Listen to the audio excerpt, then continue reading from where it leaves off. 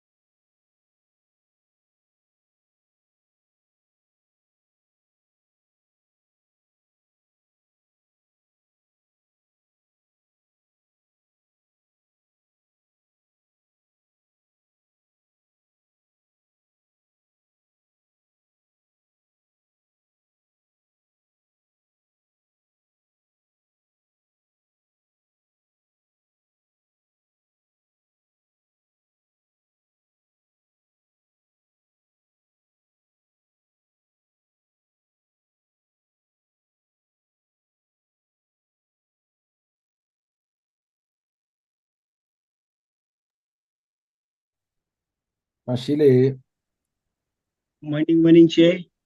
how are you? I'm good in yourself, Chair. Are we ready? Can we start? Yes, we can start, definitely. Thank you. Thank you so much. Good morning, honorable members and our support staff, members of the media on the platform, and everybody on the platform, ladies and gentlemen. You are most welcome to today's meeting of the Standing Committee on Appropriations. We are meeting today the Financial and Fiscal Commission, who are going to brief the committee on the 2023-24 submissions as far as division of revenue is concerned. That is division amongst the three spheres of government. And the commissioners, you are most welcome with your staff, CEO, and everybody. We are most welcome to our meeting today. But before we proceed, let me check with Mashile. Do we have any apologies? Yes, Chair. The only apology we have is for Mr. Darren Arendse is out of the country. He won't be with us for now. Thanks, Chair. Yes. Honorable Sheikh, are you in?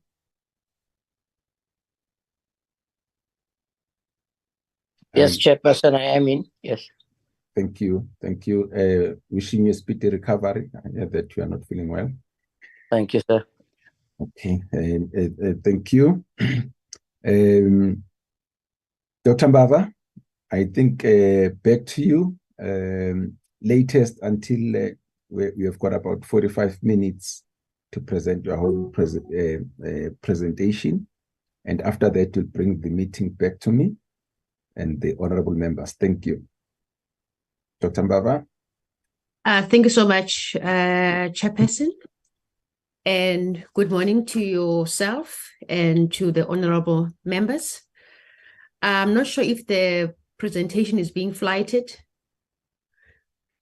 Sasha, can we get the presentation flighted, please? Good morning, Chair. Yes, please may we get rights to share screen? Ashile. All right, yes, I have given Dr. Mbava the right to share the screen. And who is sharing the screen? Sasha Peters, please give it to Sasha. Sasha Yes, Peters, okay, I'll do that. Thank you so much.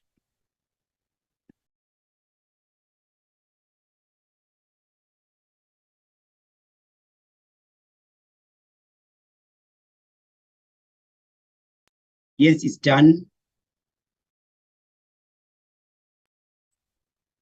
I'm still unable to share. It says host disabled participant screen Disabled. share. Yeah.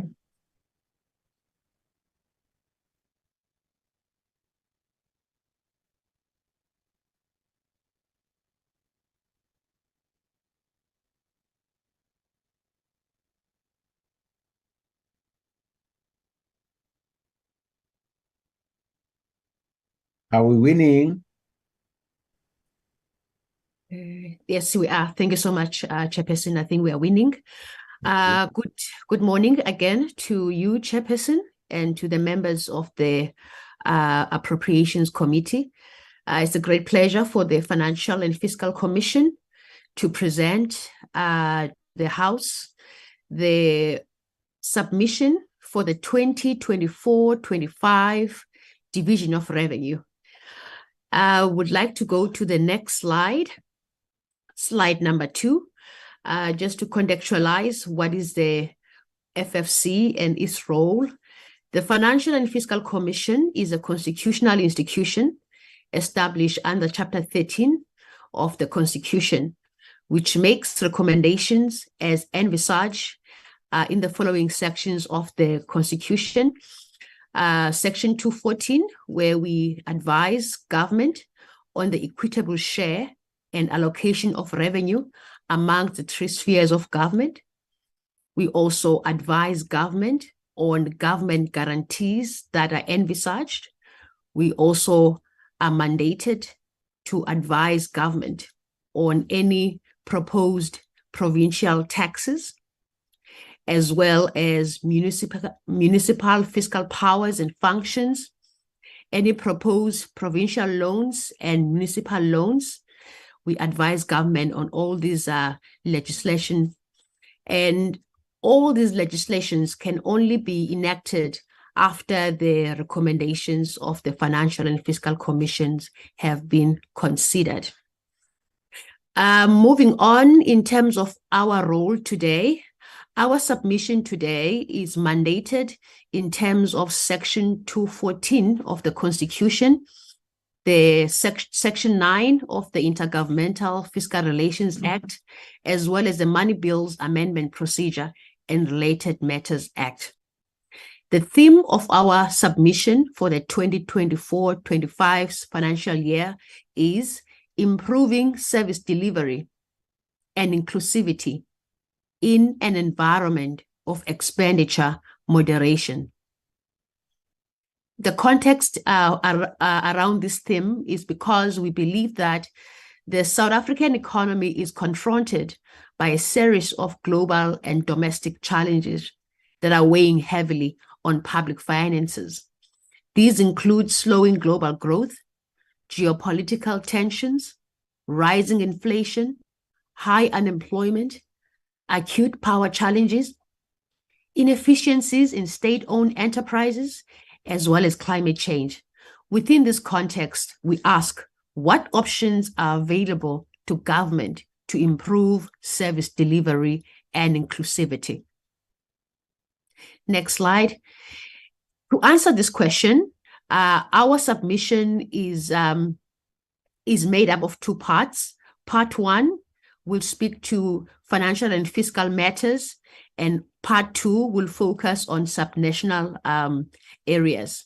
On part one, we will discuss the escalating global inflation, the sources thereof, spillovers, and fiscal sustainability, as well as discuss the impact of state-owned entities, as well as the basic income grant on fiscal sustainability.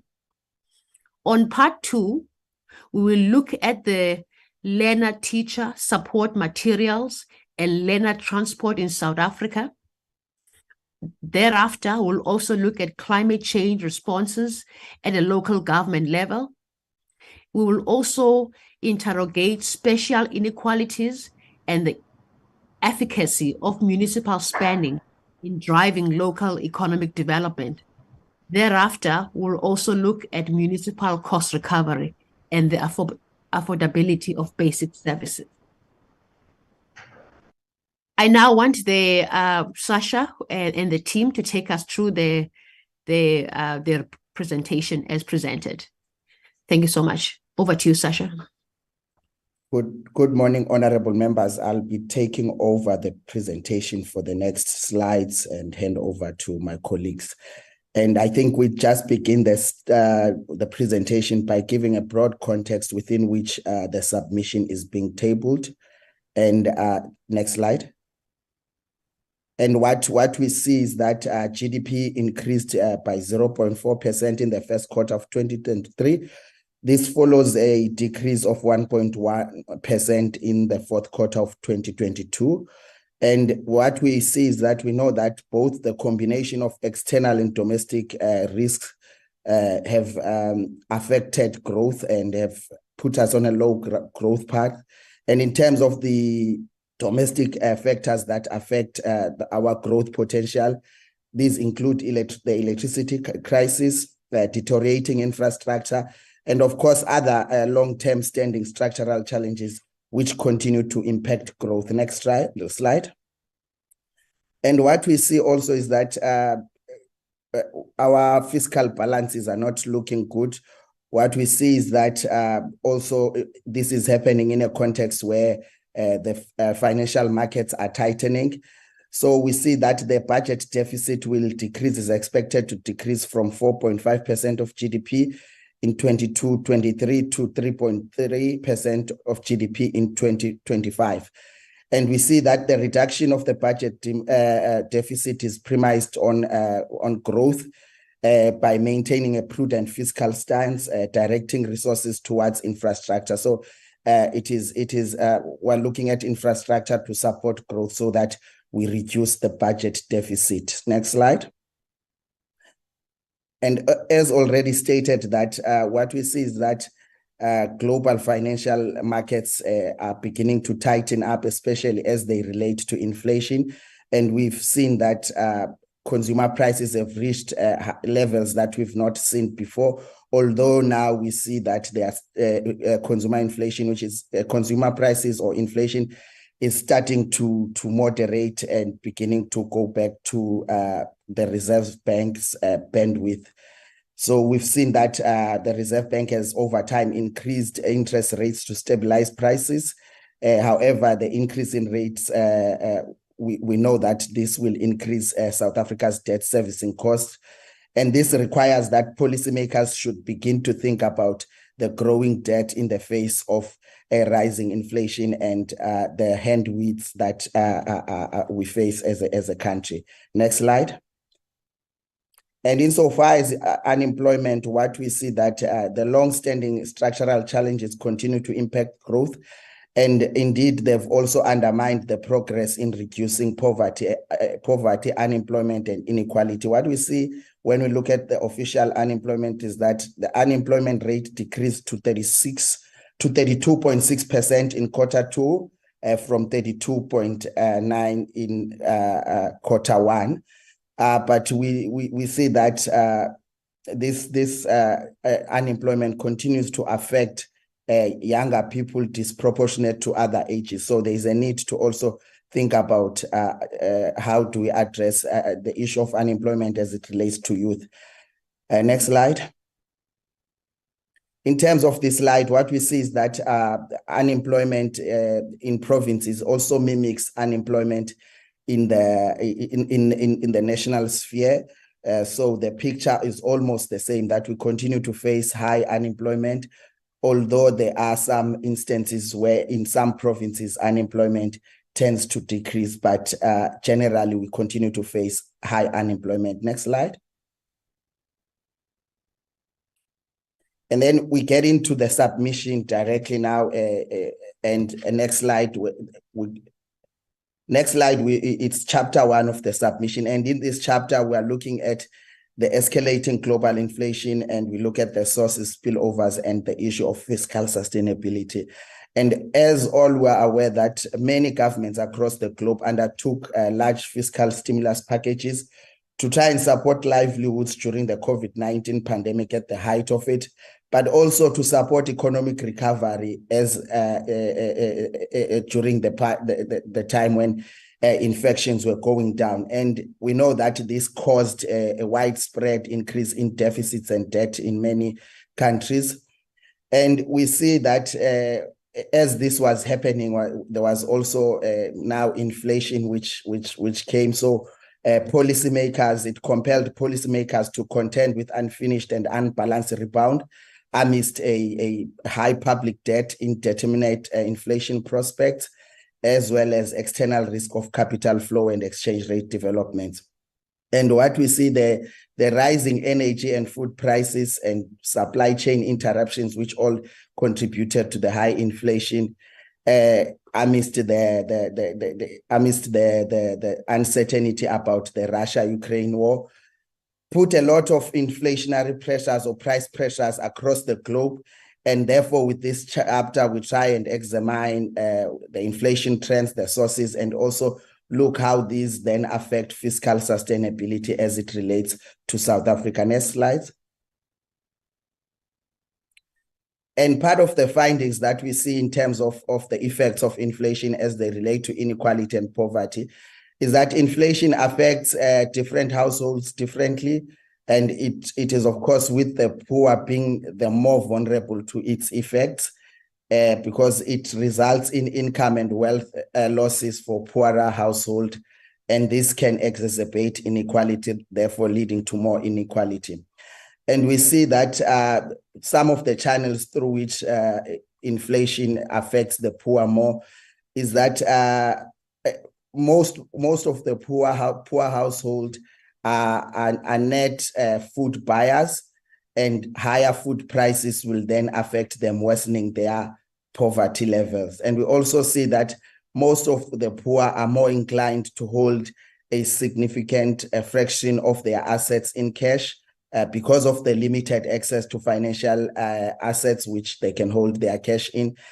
And that does not shield them against inflation as they hold these their assets in cash. Therefore, when there is inflation, it tends to affect them disproportionate to others. And this is also exacerbated by the fact that the entries, poor households find it difficult to get into financial assets or acquire financial assets because of the high entry cost. But what we also see is that a sudden surge in inflation can erode the actual value of assets, and that given that the wealthy are essentially net creditors, incidences of unexpected inflation lessen their wealth while simultaneously raising the wealth of net debtors. So it affects the poor much more, as they are the ones who tend to borrow. Next slide. And then in terms of the findings as they relate to fiscal sustainability, particularly looking at public debt dynamics. So here we use a vector autoregressive model to try and focus what would happen to debt dynamics if we shock some of the fiscal variables and some of the macro variables. And what we see is that given the recent economic dynamics, An inflation shock would increase the debt ratios for a certain number of quarters, only a few quarters. But and this is because when there is inflation, high inflation rates will increase short-term debt and maturing debt, as these will be refinanced at higher interest rates. Therefore, inflation would increase debt in that regard, and also that floating debt or floating rate of debt will automatically adjust to high rates, therefore increasing debt as well. But what we see when we further look at this, we see that the debt ratios will then decline again before it returns to its pre-shock path, which is in South Africa, the path debt was going up, and it will return to its decline before returning, because inflation reduces debt primarily by eroding the real value of outstanding medium-term and long-term debt. But also what we see that after that, debt to GDP ratios could start increasing again. And this emphasizes the fact that inflation, the temporary nature of the relief that is provided by inflation as it relates to debt, that it can erode the debt, but ultimately it then our debt ratios will then return to their pre-shock level. Next slide. And then here we look at public debt and growth dynamics. And what we see is that the effect of an increase in public debt on economic growth has received new attention in the context of the COVID-19 pandemic, given that most governments took a large stimulus. And what we see in terms of our finding is that if we shock debt, it results, that is, if we increase debt, it will result in a decrease in output for South Africa. And these results, corroborate what we find in the literature as well, that an unanticipated debt shock will have a negative impact on real GDP levels after the shock, before reverting growth to its path. So what we see also is that, which is also I think worth highlighting, is that a primary surplus, if we achieve a primary surplus, it will also be growth enhancing. So the results show that if we increase our primary surpluses, this will have a positive impact on output or real GDP for South Africa. Next slide. So, and after that, these are the recommendations that we make from chapter 1, is that the Commission recommends that National Treasury should continue to focus on fiscal consolidation, focusing on expenditure, and trying to find a revenue mix which is appropriate for debt reduction. And this should be done by targeting a primary surplus. This relates to the previous slide that I spoke to, that a primary surplus contributes to reduce to fostering economic debt, therefore reducing to fostering economic growth, therefore reducing debt. So it should focus on National Treasury should focus on achieving a primary surplus, as that would assist growth and therefore reduce debt. Then in terms of social protection, as inflation, as we noted that inflation affects the poor disproportionately, the Commission recommends that the National Treasury, in conjunction with the Department of Social Development, design a comprehensive social security program to protect those segments of the population which are particularly exposed to the negative impact of rising inflation, rising energy cost, high fuel prices, and so forth. So that segment, it is, of course, the poor segment. So we say in the interim, National Treasury and DSD should address the challenges of excess in terms of social protection measures, particularly as it relates to the special COVID-19 social grant of relief distress. Next slide. And then in chapter 2 looks at the impact of SOEs and the basic income grant on fiscal sustainability. And what we highlight is that state-owned enterprises pose a fiscal risk to the government, as they require fiscal transfers to cover their losses and also to recapitalize their balances. And we note that supporting SOEs with deteriorating financial performances exposes the government to fiscal vulnerabilities. And indeed, there are concerns about the cost effectiveness of how SOEs fulfill their mandate. But at the same time, we see that BIG, which is the Basic Income Grant, is a policy proposal for a permanent social assistance program, which aims to extend income support to those with no income, particularly those between the ages of 18 to 59. And we also we note that implementing a BIG could reduce poverty, unemployment, and inequality in South Africa. And it can also stimulate macroeconomic growth by increasing labor force participation and also by affecting the aggregate demand through the consumption channel. So with this chapter, there are two things that we try and achieve as our main objectives here, is to assess the state of South Africa's major SOEs, their role in economic development, their impact on fiscal sustainability, and we then touch on some possible reforms that we think can assist SOEs. But also with this chapter, we try to determine the fiscal feasibility of implementing a basic income grant in South Africa. Next slide. Next slide. We can move from this one. Next slide. And then we look at Eskom's financial and operational performance. And what we see here is that Eskom's profitability and solvency ratios have been declining over time. And what we see that is that while Eskom's net asset value initially decreased before recovering, its liability increased steadily from 2017 to looking from 2017 to 2020. And what we see is that the company's net loss has also been constantly high, reaching 20.9 billion in 2019 and remaining above 18 billion in 2021, with a projected net loss of 9.1 billion in 2022. But what we also note is that Eskom's operational, when we look at Eskom's operational analysis, we see that there is a decline in technical performance metrics with a significant decrease in the electricity availability factor. And all of this has contributed to South Africa's load shedding problem, which has worsened considerably in the previous year or in the current year.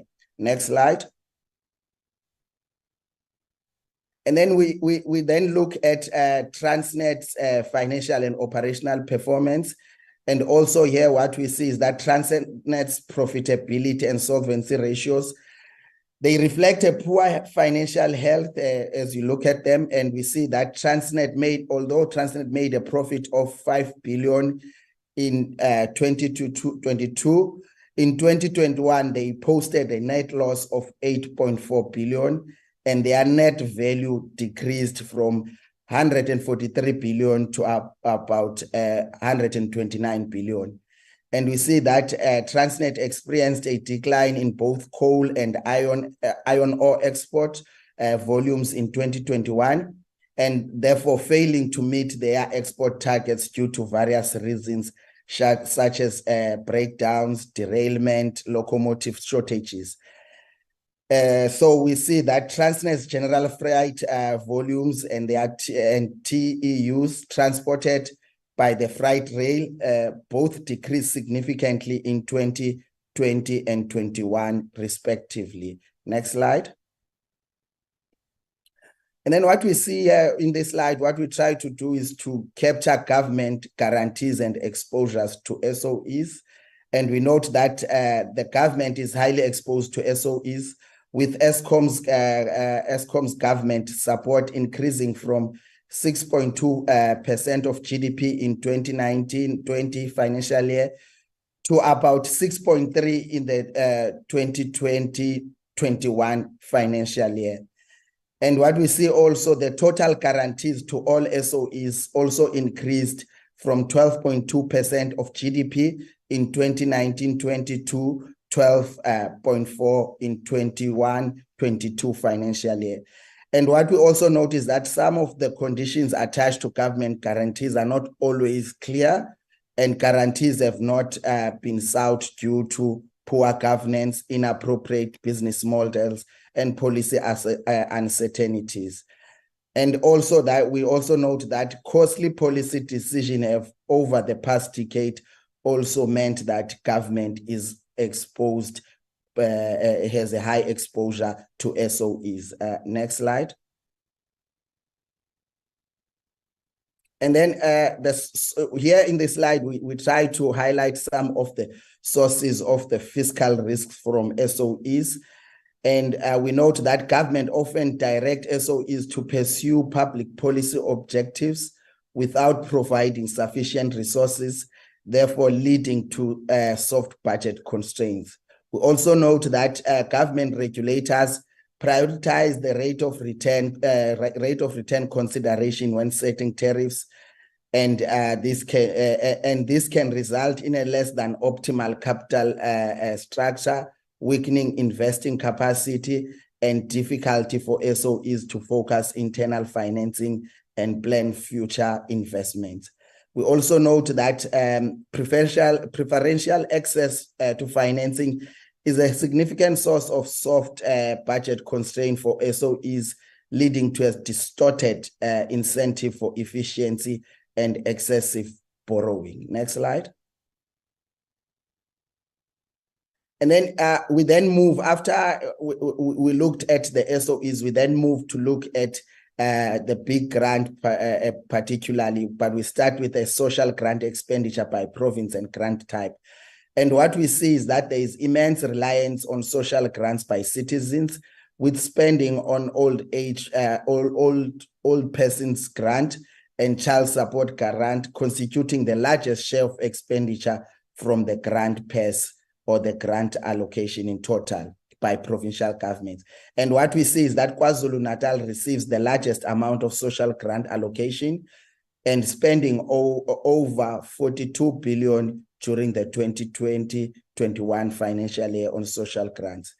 What we see is that Northern Cape receives the smallest share of grant, with the provincial government spending just about 5 billion in the 2021 financial year. And the provinces that receive the largest share of grants are the same provinces that receive the bulk of social grant spending, which are Eastern Cape, Gauteng, and KwaZulu-Natal. And you can see here that this also mimics the party rates in terms of which provinces are receiving the grants. Next slide. What we see in terms of SRD grants applicants by age distribution, we see that the bulk of applicants that looked for or applied for the social grant, which is the COVID SRD grant, as of January 22, were those aged between 20 to 25, and they make up about 53% of the total applications. And this can also be related to the high rate of youth unemployment. And we see that those aged between 36 to 49 years constituted about 27% of the applicants, while those aged 50 to 59 constituted only 12%. And we note that income support measures are needed to address joblessness, poverty in South Africa's current economy, particularly measures aimed at supporting the youth, which constitute a large portion of those that apply for the grant, for the SRD grant. Next slide. In this slide, we then look at SRD grant applicants by province and also by looking at the educational level. And we note that KZN records the most SRD grant applicants at 3.1 million as of January, and this is followed closely by Gauteng at 2.6 million applicants. And in looking at the total of those of the 13.5 million applicants, those with grade 10, they constitute about 39.3%, and those with grade 12, they constitute about 40.6% of those who applied or received the grant. And we see that high applicant numbers from those with some level of schooling points to the lack of employment and the lack of coordination between facilities of education, training, and the labor market. The lack of a coordination or a link between the labor market and education facilities. And we note that this issue is further compounded by the drop of application for SRD grants recorded in 2022-23 financial year and subsequent savings of 1.8 billion and 3.8 billion reported by the Department of Social Development. So we say while there is a need for people to receive, but there are savings at the same time, which means that there is limitations in terms of access to social grants. Therefore, we need to address those. Next slide. And I think here, the point here that we see we're trying to communicate is between the consolidated revenue and social assistance spending over time. And what we see in terms of the trend is that the consolidated budget revenue has been growing at a faster pace than social assistance spending since 2021-22 financial year. And this is attributed to fiscal austerities as they relate to spending. Budget 23-24 presents a limited scope for increasing the social assistance budget to include the BIG in the medium term due to relatively constant anticipated spending. This necessitates the need for clarity in determining whether the BIG should anchor the existing social grant network system or whether a BIG's universality implies replacing all grants and the establishment of one social grant. So there is a need to clarify that. Next slide. And then here we talk about the progressivity of income tax, and this relates to the ability for the fiscals to fund the BIG. And what we see is that expected tax revenue is lower than expected in these income categories, where from the 750,000 to 1 million, and from 1 million to about 1.5 million tax bracket. So with this income group or tax brackets, there is a lower than expected revenue, and this indicates the bimodality of the tax income. It indicates bimodality in tax revenue distribution. The implication is a lack of certainty on the state or quality of progressive personal income tax, and further that the tax is more concentrated in some sections than others. Next slide. So the lower than expected tax revenue from the income categories that I listed in the previous slide, it suggests two things. Firstly, that there is a decline in tax morality associated with that income group or the income group concerned. Secondly, people in South Africa may be struggling to get into the upper middle income class, which in turn results in a large drop in income tax payable at the groups that I mentioned before. And furthermore, this is compounded by a lack of growth in the economy, proceeds to business, and also proceeds to business. Another explanation for this could be delving into what extent these individuals are assessed when it comes to their personal income tax. But we also note that the uneven and non-progressive distribution means that should personal income taxes be leveraged as a financing option for the inclusion of BIG, the tax pressure will unfairly prejudice the middle income groups. And then we note that progressive personal income tax reform should precede any personal income tax increases that may be used to implement or to finance the basic income grant. Next slide. And then in terms of the recommendations, I'll just pick two or three of them that we make. The first one is that National Treasury should collaborate with SOE parent departments to reduce fiscal risk from quasi-fiscal activities and avoid policies that create such burdens. And we also note that National Treasury should establish safeguards to prevent SOEs from becoming too indebted and reduce fiscal risk associated with SOE borrowing. We also note that National Treasury should introduce reform to improve the transparency of SOEs operations. Next slide. And then we make also recommendation with respect to the basic income grant.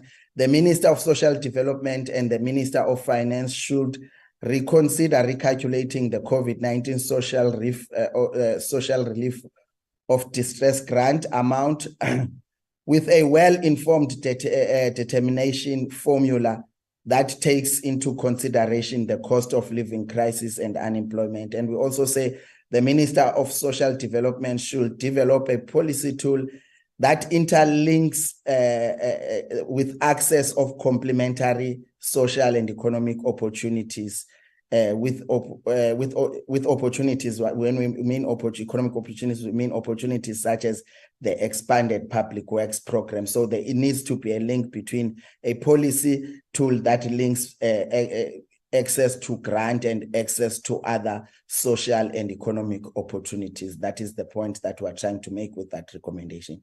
And Chair, here I will hand over to Sasha, who will take us through the chapters that follow this one. Thank you, Sianda, and good morning, Chair members. As indicated, I'll take you through chapters 3 and 4 of our submission.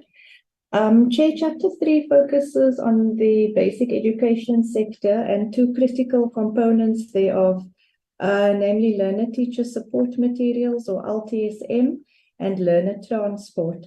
And as members will know, the dominant cost driver in the education sector is personnel, which on average comprises 75% of spending in provincial education budgets. Given that provinces face a rather rigid revenue base in the sense that they are quite reliant on intergovernmental transfers for the bulk of their revenues, this means that often provinces have to reorient spending towards the most pressing needs. And often this is funding directed at personnel costs. Unfortunately, for those schools that are unable to supplement government funding with revenue from school fees, it means less funding for essential complementary educational inputs such as your learner teacher support material and learner transport. So this chapter reviews the policy and regulatory regime underpinning LTSM and learner transport. It reviews funding with respect to those two items, as well as delivery. Moving to the findings. This slide outlines the findings related to learner teacher support materials, and there are 4 main findings. The first finding relates to the policy regime underpinning LTSM provisioning. And here the issue is that there is no approved policy. There is a draft policy in place, and it has been in draft form since 2014. But as members will know, policies are important in the sense that they convey national aspirations and priority. We cannot, for example, lament our poor performance in reading for meaning, but we have no approved LTSM policy in place. The Commission, as part of our research, we did also go through the provisions contained in the draft policy that exists. And one aspect that we found lacking was the aspect of electronic or eLTSMs. Now, given the fast pace of technological change that we're witnessing, we believe that opportunities around eLTSMs should be a critical consideration and should be included in that draft policy as it moves towards finalization. The second finding relates to funding of LTSMs. And currently, funding of LTSMs are wrapped up in the per learner funding that is allocated to schools annually through the school funding norms and standards policy. Currently, that funding distinguishes between the quintile that a learner is in So learners in quintiles 1 to 3 get relatively more funding than a learner in a quintile 4 or 5 school. However, the funding is not differentiated based on grade or stage of learning. So a learner in grade 1 at a quintile 1 school gets the same amount as a learner in grade 10 in a quintile 1 school. And this is despite the fact that the learner-teacher support material needs of these learners are vastly different. So in addition to us calling for greater funding priority, particularly for poor learners in quintiles 1, 2, and 3, there's also need for funding norms to be developed to guide spending on LTSM and to take into consideration a learner's stage or phase of education. Our analysis also highlights the marginal funding allocated to public special schools for LTSMs. According to our analysis of provincial education budgets, on average, 0.6% of total LTSM spending is allocated to LTSMs in public special schools over the period 2010-11 to 2020-21. So there is a need for proper costing and support to provide LTSMs for these vulnerable learners. The third finding focuses on the aspect of, sorry, I'm on the previous slide. I'm still on the previous slide. Yeah. The third finding there,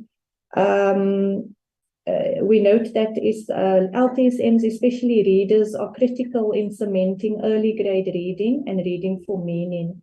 And as such, we recommend that the Minister of Basic Education must implement and fund a nationwide program aimed at improving our performance against these metrics.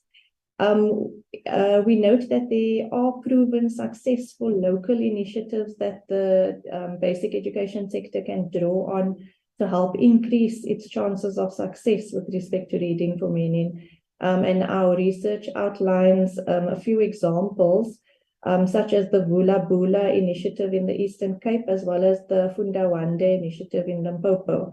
The common theme across these initiatives was that it included an increase in learner-teacher support materials.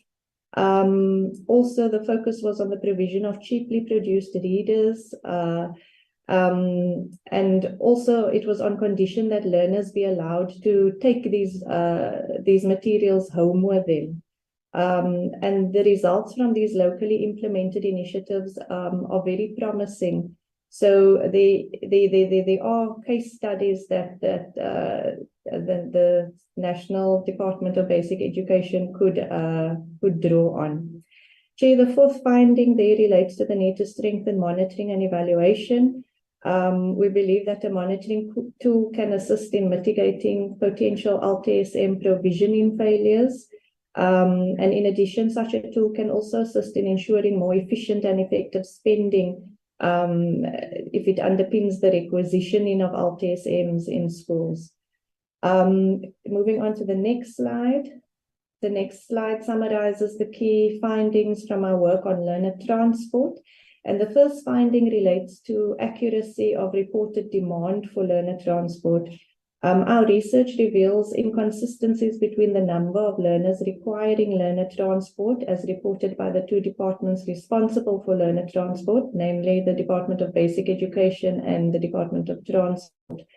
Accuracy with respect to demand is critical as it informs the proper planning, budgeting, and funding for learner transport. Linked to this issue is what is highlighted in the third bullet point on that slide, which revolves around the number of learners targeted for learner transport. These numbers are always lower than the total number of qualifying learners, whilst the number of learners actually benefiting are always higher than the targeted figures. And this raises a number of questions, including, on what basis are provinces setting their beneficiary targets? And the concern is that the difference between the number of learners targeted and those actually benefiting, these learners are accommodated through transportation overloads, which of course contravenes safety regulations and puts the lives of our learners at risk. The last issue there, Chair, relates to the drivers of growth for learner transport, and we identify two categories of drivers. The first is the school's rationalization program, and our analysis shows, for example, that while the number of schools in the Eastern Cape has decreased significantly between 2015 and 2019, the number of learners benefiting from learner transport has increased substantially. And this confirms the increased need to transport learners to nearby schools as a result of the rationalization program. And a similar trend is visible in Limpopo. The second set of key drivers of demand for learner transport is also apparent in your more urban provinces such as Gauteng. And this is underpinned by growth in migration in the province, growth in informal settlements, and the development of new human settlements that have no schools. These developments also have to increase the need for transport of learners. Moving on to the recommendations. The recommendations in this chapter are divided. We can move to slide 34, please. Thank you. So the recommendations in this chapter are divided into two, those covering LTSM and those covering learner transport. Starting with LTSM, there are four key recommendations. The first relates to the need for an LTSM policy. Secondly, we recommend for the prioritization of funding for LTSM, especially for those learners in quintiles 1, 2, and 3 schools. So your poorer, lesser resource schools. We also recommend that availability and access to LTSMs be improved. It is the foundation upon which we can improve reading for meaning. So our recommendation is that the Minister of Basic Education must fund a national program aimed at improving reading for meaning, and that such a program should be uniformly implemented across the 9 provinces. As mentioned, there are various local initiatives that have been successful and that the DBE could draw on to determine which approach is likely to work. Finally, with respect to LTSM, we recommend that to facilitate improved monitoring and oversight, that the Minister of Basic Education expand the modules contained in the SA SAMs to include LTSM. Moving to the next slide. There are 4 recommendations related to learner transport. The first recommendation concerns data collection, and we recommend that the national and provincial departments of transport and basic education should improve both data collection and reporting so as to ensure that accurate data on learner transport, including annual demand and expenditure, is reported and made publicly available. The second recommendation relates to the drivers of demand, and here we recommend that infrastructure delivery be planned holistically and in a coordinated fashion, so as to ensure that the need for learner transport is minimized in areas experiencing inward migration of learners. And this can be done by ensuring that, for example, the infrastructure delivery plans of human settlements and those for school infrastructure are aligned. We also call for a new funding model for learner transport. Finally, we recommend that provincial departments responsible for learner transport develop systems to verify the number of learners being transported through the learner transport program. Moving on to chapter 4, slide 36. This chapter focuses on climate change. And just by way of introduction, we highlight the definition of what constitutes climate change, which is namely temperature changes attributed directly or indirectly to human activity that alters the global atmosphere. And we know that South Africa is not an exception when it comes to the threat of climate change. In the recent past, we have seen numerous natural disasters, specifically floods and droughts. And as the sphere closest to the people, it is our municipalities that generally experience and have to manage the consequences of these events. As a result, our research looks at the extent to which local government is contributing towards building adaptation or mitigation strategies in relation to climate change.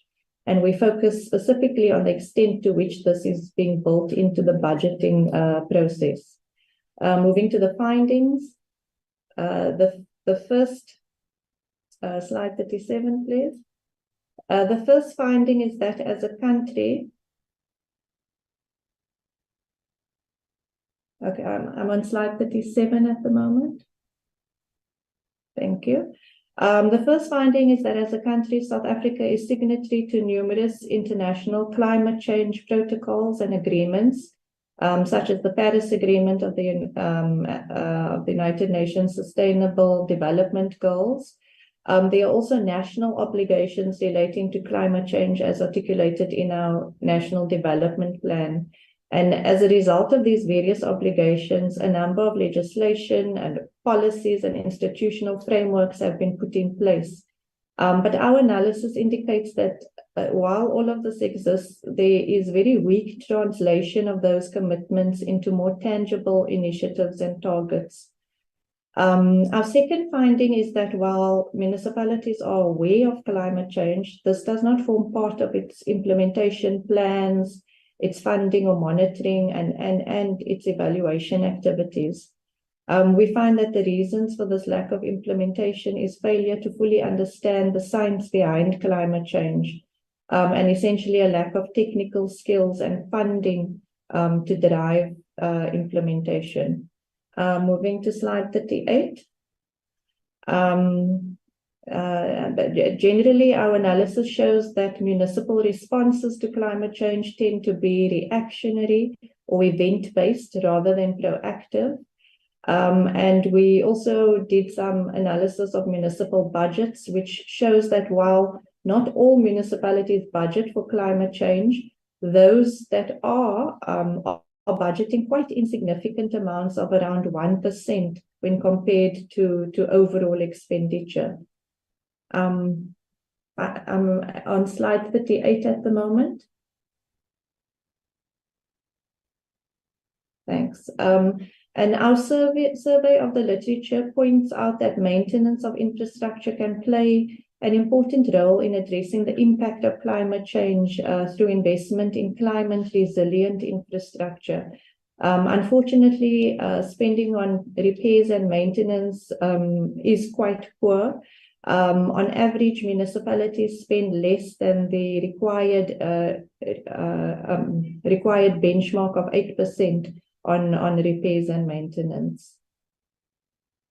Chair, we have 3 recommendations in relation to this chapter. If we move to the next slide, slide 39. The first is that the Minister of Finance should create an enabling framework to ensure that budgets are climate sensitive. And this can be done by incorporating green budgeting measures across budget cycles and including such measures in budget circulars, etc. Secondly, we recommend that departments work together to ensure integration, coordination, and implementation of climate change responses so that there is alignment with the national agenda on transitioning to a low carbon and resilient economy. In our recommendation, we advise as to which departments should focus on these aspects. Then finally, on slide 40, we recommend that the National Treasury, COGTA, and Public Works and Infrastructure revise the formats of infrastructure grant frameworks to include climate change response specifications so as to assist in gradually achieving climate resilient infrastructure. Chair, I will now hand over to my colleague Gianni, who will take us through the last part of our presentation. Thank you. Thank you, Sasha, and good morning, Chairperson and honourable members. I'll be quite quick in taking you through the final 2 chapters of the submission. So next slide, please. Yes. Chapter 5 has 2 overarching aims, and this is to, on the one hand, examine how spatial inequalities across municipalities influence their revenue-raising capabilities. And then, on the other hand, this research also considers to what extent conditional grant spending drives LED. Next slide, please. We know municipalities raise their own revenues by imposing property rates and charging for services provided, and collecting own revenue is really crucial for the sustainability of the municipal financial system. The 1998 white paper assumes that on average, municipalities have sufficient revenue-raising powers to finance 90% of the operating expenditure from its own revenues. If we turn to this map on the slide, the map shows the percentage of poor households across municipalities in South Africa, across local municipalities. And what we see is that rural municipalities tend to have higher poverty rates, and this adversely impacts the municipal revenue base. So overall, this research points to the fact that the municipal categorization impacts a municipality's level of transfer dependency. Basically, that the B4 municipalities are much more heavily reliant on intergovernmental fiscal transfers to fund their operations. So smaller municipalities tend to lack the capability to raise sufficient own revenues through service charges and taxes, and rely heavily on fiscal transfers. These large spatial inequalities undermine the revenue-generating powers that the Constitution confers upon them, and shows that the revenue assumptions under the 1998 white paper are no longer credible. Next slide, please. Moving to the expenditure side, this slide we can distinguish between operating expenditure dealing with service delivery, and then capital expenditure dealing with infrastructure-related grants. So on the operating expenditure side, we found an unhealthy balance between core and non-core spending priorities, particularly that the huge bulk of the expenditure is geared towards administrative costs, such as employee compensation, as opposed to bulk purchases for service delivery. And then capital expenditure, the infrastructure grant allocations, the research looked at these grant allocations and spending patterns over time, and showed that there's really gross underspending and poor performance of municipal infrastructure grants, which means that over time, the quality of service provision is likely to deteriorate. Poor planning and project management, lack of technical capacity, and intergovernmental coordination, and inefficiencies in the procurement system have been identified as some of the weaknesses that lead to underspending of infrastructure conditional grants. Next slide, please. The econometric model results here sought to look at the relationship between local economic development and various infrastructure grants. And what we found was that for metropolitan municipalities, the results show a positive relationship between the integrated city development grant and local economic development. And this suggests that increasing this grant will raise LED significantly. The Integrated National Electrification Program grant and the National Development Partnership grant are also positively related to local economic development, but these findings were not statistically significant. On the next slide, please, we get to the second model, which related local economic development to employment. And overall, the results show that an increase in LED will increase employment, although again, this relationship between the two variables was found to be statistically insignificant. But the key takeaway here is that underspending on infrastructure grants can really undermine local economic development and employment. And going forward, it's very important to investigate the causes of underspending and poor performance of these grants. On the next slide, we get to the recommendations that are made.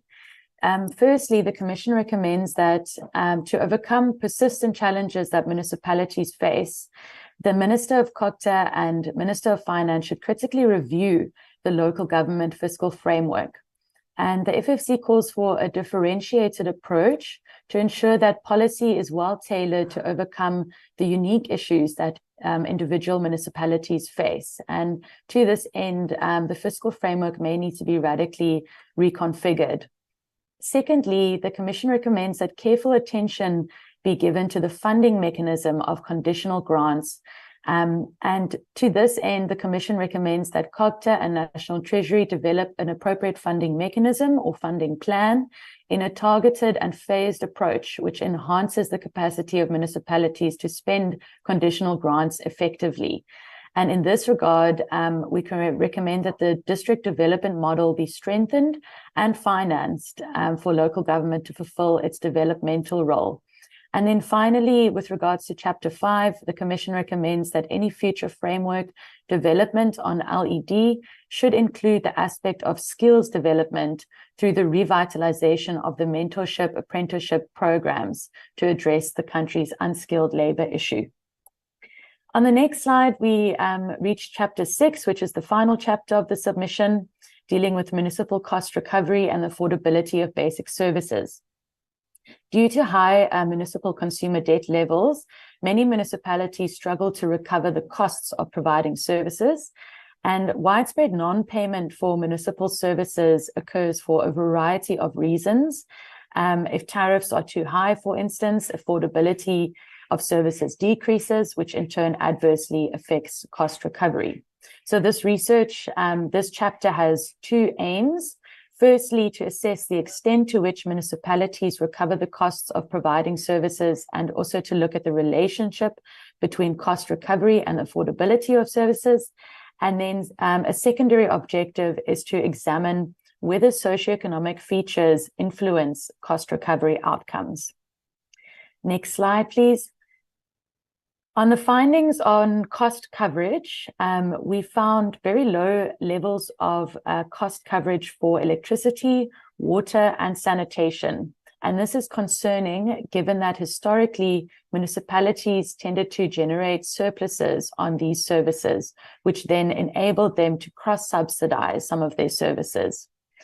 The variance that we see in cost coverage levels across municipal categories can partly be explained by the difference in revenue raising capabilities, as well as socioeconomic characteristics, and in addition to that, factors that impact non-payment for municipal services. On the next slide, we look at collection rates, and here the chart shows the average collection rates across municipal categories. And here we note the norm for municipal collection rates is 95%, and that's based on the National Treasury Circular 71. The findings show that in 2017, 2018, and the 2018-2019 financial years, average collection rates for Category A municipalities were above this 95% norm, while collection rates for other municipal categories were below the norm.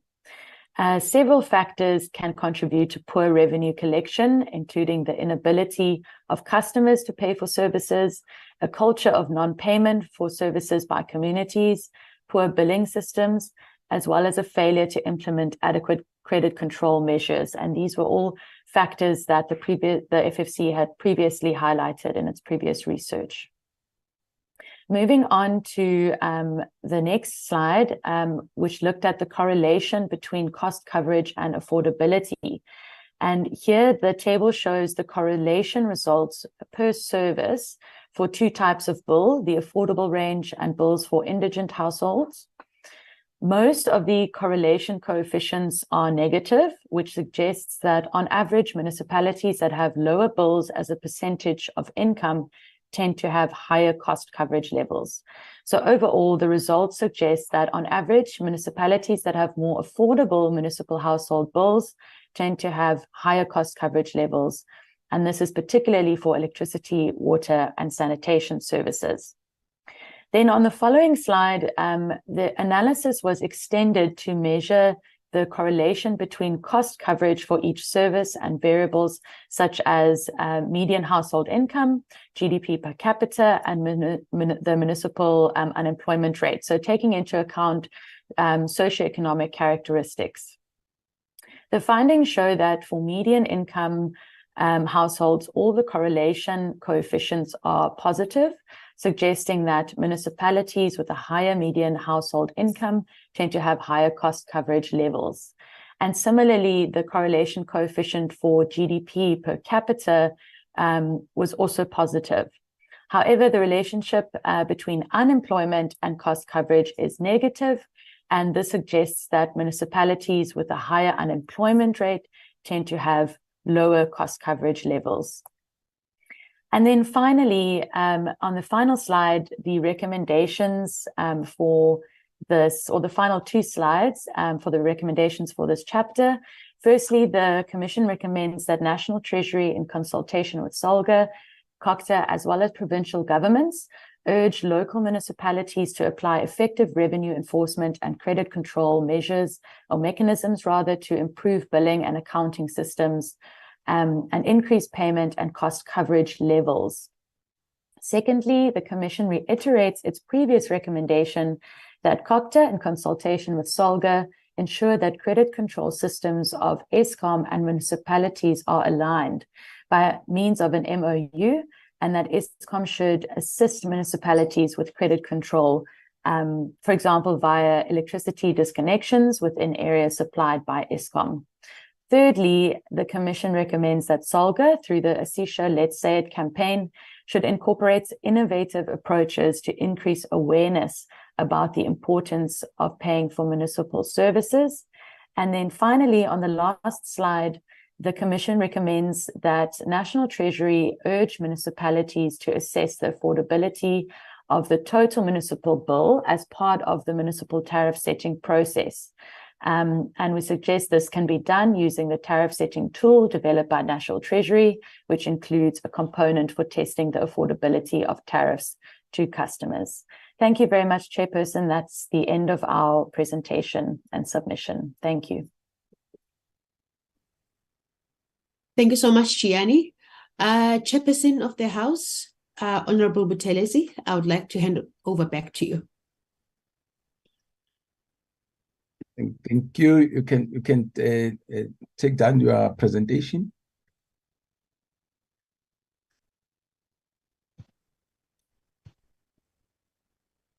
Good. Thank you, Dr. Mbava and your team.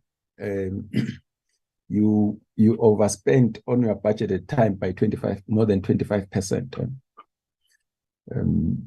That's the finding of the AG. I had said, please finish at 1:45, but that's fine. Am I correct, Dr. Mbava? Yeah, our apologies, Chairperson. I think we've got taken away. Okay, good. That's fine. That's fine. Oral members, you know how we do it. Let me get indications of the oral members who would like to interact with the presentation. But once more, thank you very much, FFC. Check Imam. Matafa. Honorable Sheikh. Honorable Matafa. Mare. Natasha. Honorable Mare. Honorable Ntlangwini. Any other oral member? Honorable members?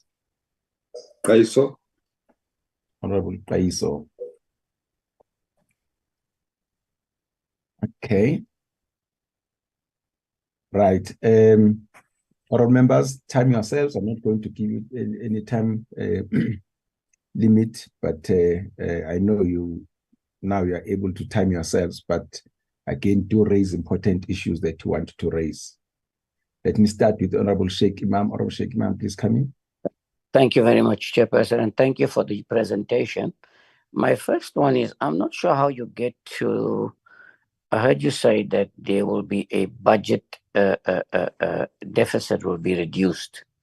But at the same time, yesterday, there was a statement by Treasury saying that, that we've collected less revenue, which is going to have an impact. So could you kindly advise where you got this from and how do we deal with the fact that there is a budget revenue? But on the same thing, as far as budgetary revenue, which is being a reduction, do you believe enough is being done in the country to be able to ensure that everyone is tax compliant?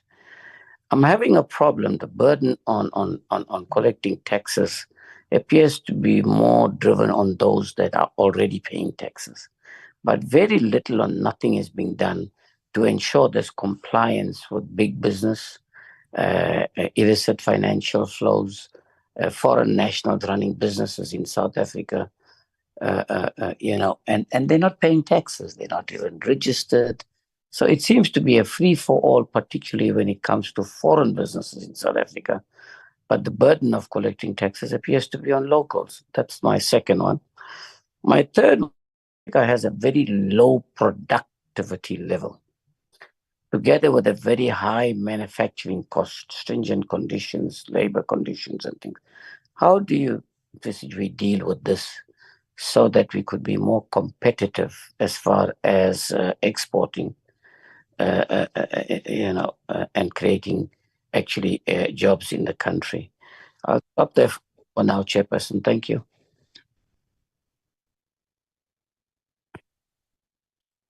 Thank you, Honorable Sheikh Imam. Matafa. Thank you very much, Chair. Good morning, Chair. Good morning, Team FFC, honorable members and guests on the platform. Chair, I'm going to be very brief. I just have 2 points that I want to reflect on. The first one is linked to the statement that Honorable Sheikh Imam is referring to, that collection of revenue is a bit low as compared to the previous collection periods. Now, I'm linking this, Chair, to an article that I saw in one weekend newspaper, which is saying that the state is running out of money. Now, my question, Chair, if you would remember, in the last reporting cycle, there was a matter of an increased commodity boom collection of revenue. And I asked a question to say, every time you look at the media, you will see these mining bosses and also people in export showing in the media the amount of bonuses that they are being paid as a result of their performance. But my question is, when these bonuses are being paid and we are being told that the state is running out of money due to a lack of revenue collection, how do we reconcile the two? That we find that private companies are performing to a point that they pay each other billions in profits and dividends as well as bonuses. But then we are saying that the revenue collection, it's not in line with what we see to being reported in the media. I just want to find out from FFC if whether could we then say the suspicion of illicit financial flows can be proven by that narration? And if yes, what is it that can we do as government to ensure that when the private sector performs, the economy follows suit and the revenue collection also follows suit? The second point, Chair, is on the issue of the trumpet that is blown by many in the opposition in terms of the size of the wage bill. Now, what is being punted is also that the salaries for members in boards, in SOEs, as well as executives, is also seen as a major cost driver. Now, my question is, does the FFC have a view on this matter? And if there is a view, maybe that we should review the salaries and rationalize them, or the salaries of the executive and board members in SOEs. Which institution would drive this process and how should the government approach it in order to ensure that the salaries are on par and are not seen to be excessive? I will pause only on those two issues, Chairperson, and thanks the team for the presentation that they have made to us. It's really assisting in our work going forward. Thank you very much, Chair. Thank you, Honorable Matafa. Honorable Mare, please come in. Thank you, sir. I just want to go about the amount that is being mentioned, 162 billion to financially distressed SOECs over the past 12 years. And as we all know, there is definitely overlapping between some of the SOEs. Treasury, I would love their view. What do they think about rationalizing some of the SOEs and maybe where there's overlapping taking place? And then on the issue, second question of municipalities and their finances, I would love to know of the big metros, I think there are 8 of them, which of them account for the biggest share of debt, because at the end of the day, that is a draining factor, because Metros is on a different level as far as finances is concerned. Thank you, sir.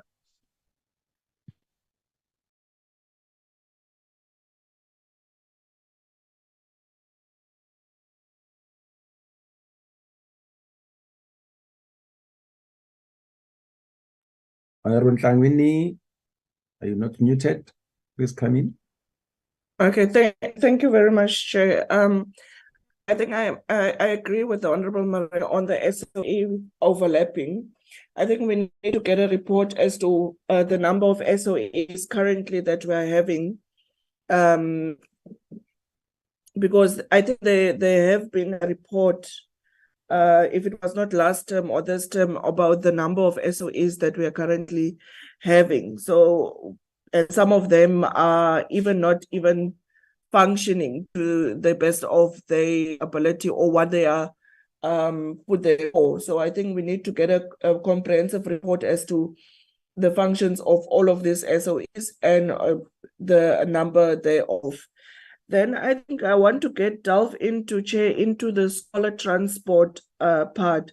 I think part of the other research that we need to do, Chair, or the department needs to do, it's to check also on the safety of this scholar transport. Yes, we are checking the data and all of that. Does it correlate with the amount of transports? But we also need to check on the safety, because many a times when you are looking at this scholar transport along your way, when you are going to your constituency, some of these buses that these learners are being transported in are not safe at all, number one.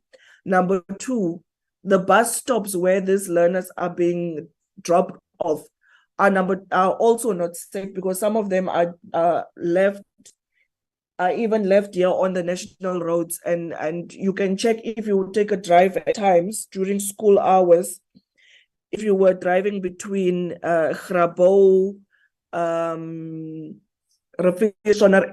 this side down in Western Cape, you know, some of these learners are being dropped in the national roads, and they need to make their way into the farms back home, and that can't be safe. I think some conclusive report needs to also be given based on the safety of these transports and the drivers of these vehicles.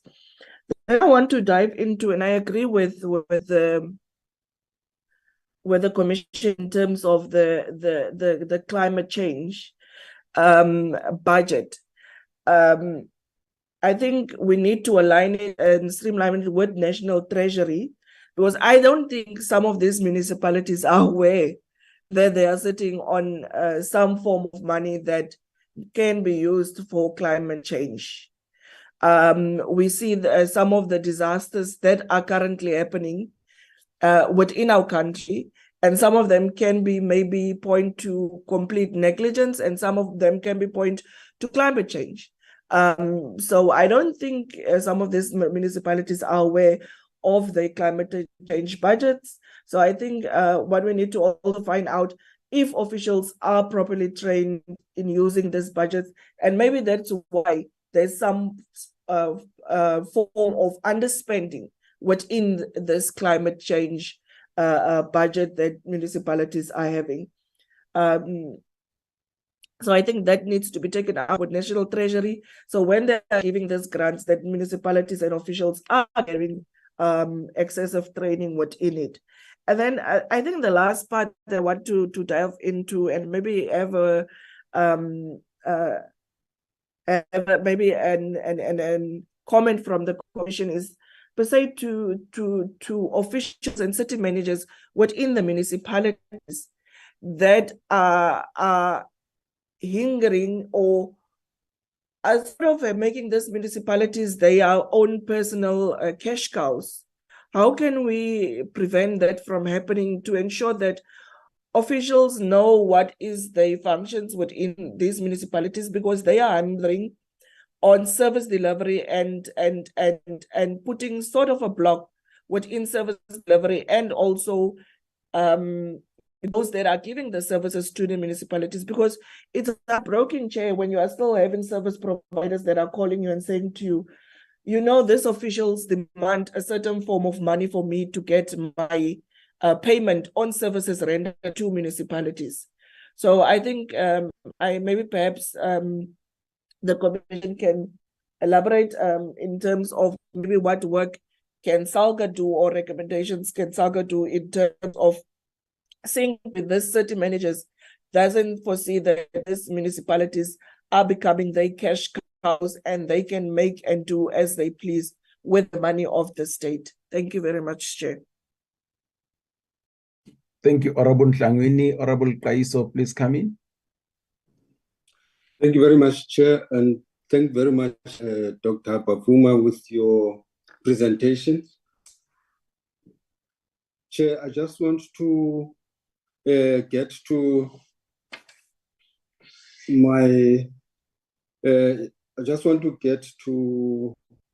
this area of fiscal policy in as far as the presentation is concerned.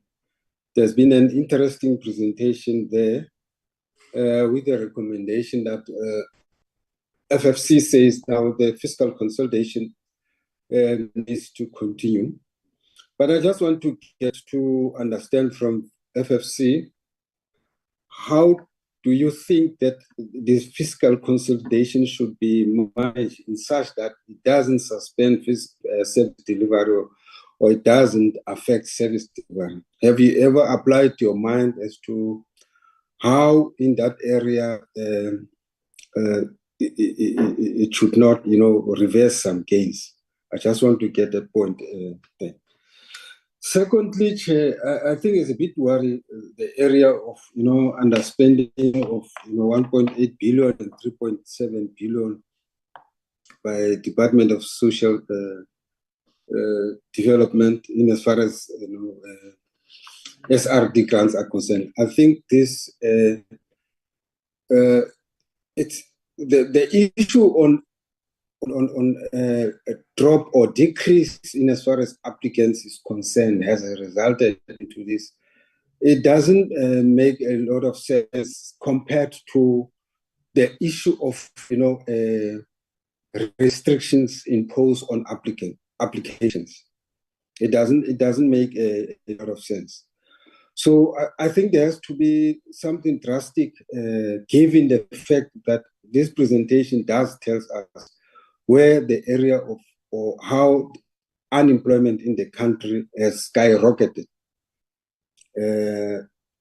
to up to 42.6% in an expanded definition. So also looking at the rate of the recipients of the SRDs in terms of the ages and level of of education. The ages does tell you that the highest number of the recipients are those that fit in that 42% expanded definition of unemployment, and being the young people, which is very, very much serious and a tickling bomb for the future. So I just want to know from the FFC then, given this circumstance explained above, what do you suggest? Because it's like you just ran over the issue of the 1.8 billion, 3.7 billion, but I don't concretely, get it as to what do you recommend that we should do in as far as that is concerned, because it's a serious issue, that one. That Department of Social Development has to look and together with the Treasury, the issue of restrictions imposed on applicants of the SRD grant. Secondly, or thirdly, is the issue on the load shedding. Yes, I do appreciate that you have given us a hint in as far as the impact of load shedding by Eskom is concerned.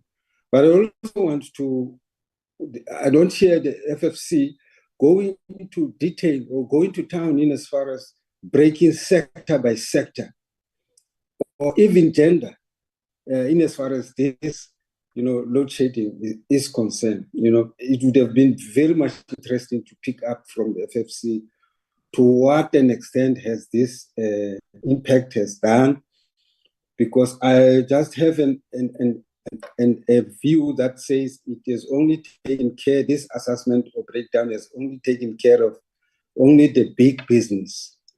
But as it drains to the poor, I think it would have been important that we have that picture, very clear picture, that we should not thumbsuck it. It would have also helped us to have a clear impact of the load shedding, despite it. And last point is on the issue of Transnet and profitability and solvency ratio, which is a big worry.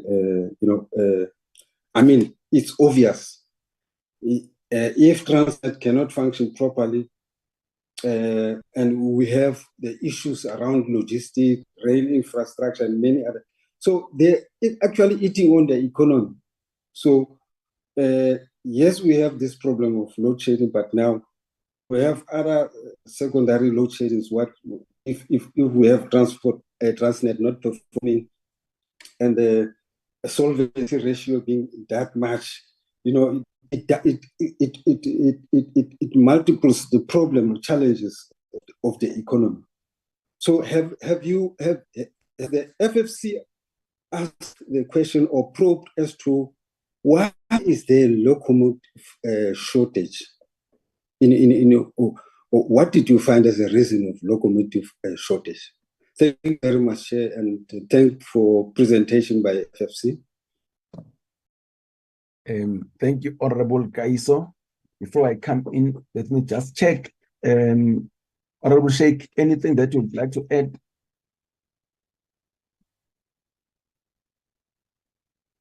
Honorable Kaiso. So, Honorable Sheikh. Yes, Chair, just one question. Our debt to GDP is now sitting at 73%. And you know that for the last 10 years, it's just been rising and rising and rising. What do you believe would happen? Can you tell us in ABC language, what are the implications when you reach a fiscal cliff for 100% of your debt to GDP? The risks to the country itself. I know you're also talking about skills, capacity and things. Problem is we know that we're not willing to do anything about it. That's the difficulty as far as that is concerned. We can save a lot of money. Chair will tell you, we can save like 40% of goods and services in this country if we could only make sure that politicians stay out of appointments, employment and procurement, like we've heard in Ireland and other countries when we went on a study tour. What would you recommend that we actually do as far as that is concerned? Thank you. Thank you. Oral Mataf, I would like to add. No, thank you. I'm okay, Chair. Thank you. Oral Mare. I'm fine, thank you, sir. Oral Tlangwini, thank you, Oral Mare. Oral Tlangwini, anything? I'm fine for now, Chair. Thank you. Honorable Kaiso. No, I'm okay, Chair. Thanks. Thank you. Let me come in and again thank you very much for the. So why did you ask me, Chair, even if I've got nothing to say? No, I thought, sorry, Honorable Tobias, I didn't realize you are in. I taken the names and they came in, so I was coming for the second round. Please come in. No. My apologies. I was just asking, why are you not asking me whether I want to say anything? But for now, I'm okay. No. Thanks. And my apologies. I didn't realize you were in, Honorable Tobias. Thank you. Yeah, she can come in on the third turn, you know. So there's one more after this. Any other honorable member? I was not aware that you are co-chairing, Mr. Okay, Yeah, okay. yeah, Chair, can I come in with just one question? I don't know if I'm out of order. You can tell me. Just hold, Honorable Sheikh. Let me check whether there's any other honorable member who might not have spoken. Would like to come in. I'll definitely give you a chance. Okay, Honorable Sheikh, please come in. Yeah, thank you very much for that indulgence. You know, there's something that's been bugging me for a long time, Chairperson. The wealth of this country is in the hands of a few people. The wealth of the entire African continent is the same. And this continent has been blessed with so much of wealth. Now, the leader of Botswana in the mining sector is now saying to the mining companies he wants a win-win situation for his people. Where they were 10%, they were benefiting 15, 20, 25, 30. He wants a win-win, perhaps 50-50. Now, in South Africa, we have a problem. We get about 2% royalties only on this mining sector and things. I'd like FFC to tell us what is their view on this. You know, should it not be a case where the people of this country should benefit from the wealth? I'm saying it should remain in the hands of the private sector to manage and run them. But surely the country and its people should have benefit much more than they are benefiting right now. Just a question, just bugs me all the time. Thank you. Thank you, Honorable Sheikh Imam. Let me again thank you, all my colleagues or members for the questions. My first question is: do we have an idea of the indebtedness of the municipalities as far as the bonds that they are holding? Because they are municipalities, I think mainly the metro, who can go out to the market and raise money. So do you have an idea what that indebtedness is? Secondly, we all talk about inclusivity, especially of the victims of centuries of apartheid and colonial oppression and exploitation. But you'll agree with me that inequality in terms of ownership has not improved. What is it that from your side, we must do to achieve this noble objective? I think it also talks to what Honorable Sheikh has just alluded to, that we all talk about the economy must be inclusive and so on and so forth, but the indicators are going the opposite direction. What should be done differently? Again, this a follow-up on what Honorable Matafa and Honorable Sheikh Imam spoke about. Is the communique which we saw coming from Treasury not coming to us, and also it was in the newspapers over the weekend, talking about SARS under collecting. So it means that revenue is going to be lower than what was projected at the beginning of the year when the minister delivered the budget. But with that information, I'm joining my honorable colleagues to say to still hold the view that the deficit will decrease. How? Okay, that's one. But secondly, say now, would you think that it's a good fiscal policy stance to focus on the decrease of deficit in the light of SARS and under collective? Perhaps related to that, do you know what the reasons are of the under collection at SARS? If you do, please share with us.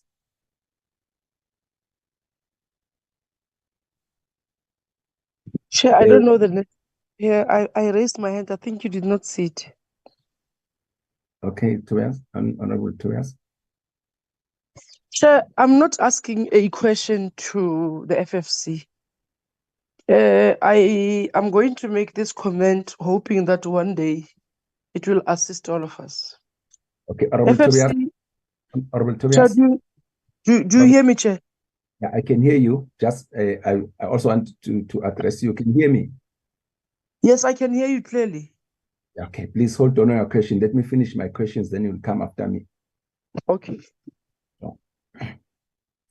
Let let me see. Okay. The next question or comment.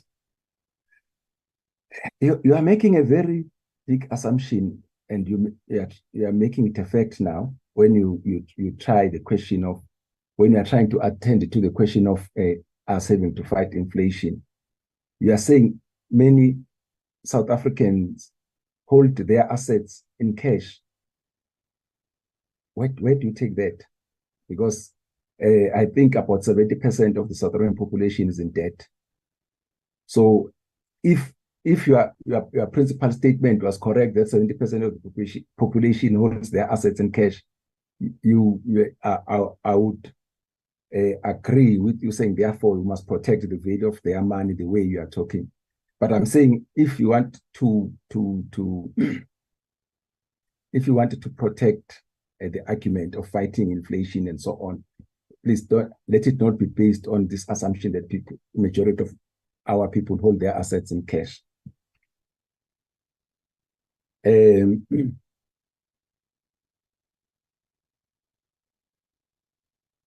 Yeah. Can you also talk about the impact in the economy generally, from your perspective, in the levels of unemployment, stroke employment, of the instrument that we use to fight inflation, that is the interest rate? What has been the impact on the lives of our people in the country generally? The next question.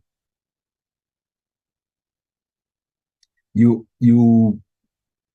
are talking about the need to increase in social services and so on, which we agree, and obviously they should be based on us being able to raise more revenue, again, which is a function of a growing economy. So my question, with what we have presented as far as what is must happen, as far as inflation is concerned and so on, I just want to check, where do you see the growth, economic growth coming from?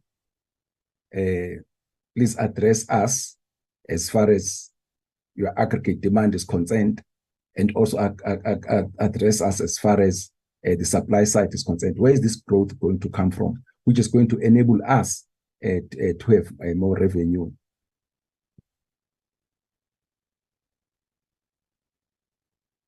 Yeah, I think there's again in your presentation, and which we support, the question of economic inclusion. This committee has on many occasions spoken about using the budget to de-racialize the economy, to also include young people, to also include women, people living with disabilities, rural economies, township economies, and so on and so forth.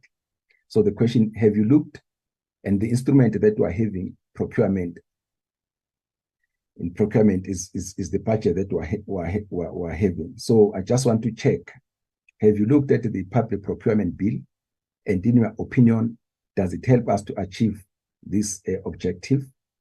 Do you see that as an improvement to the PPFA? I would like to hear you. If you haven't done it, it's not a train smash, but I would say to Dr. Mbava, this is very important for us, that we would like FFC to look at this thing, PPFA as it stands. Obviously is now we've got the public procurement bill. So to say exactly, do we think that as far as this part of the objectives of our budget to de-racialize the economy, is the public procurement bill doing that, and what should be done? By the way, the bill now is before the Standing Committee on Finance, and I think when you also make your presentations, it would be nice to hear your position. Oh yeah, Sasha, there are many proposals you are making about what should be happening at the basic education level. So I just wanted to check whether you do engage with the Department of Basic Education nationally, and the provincial departments.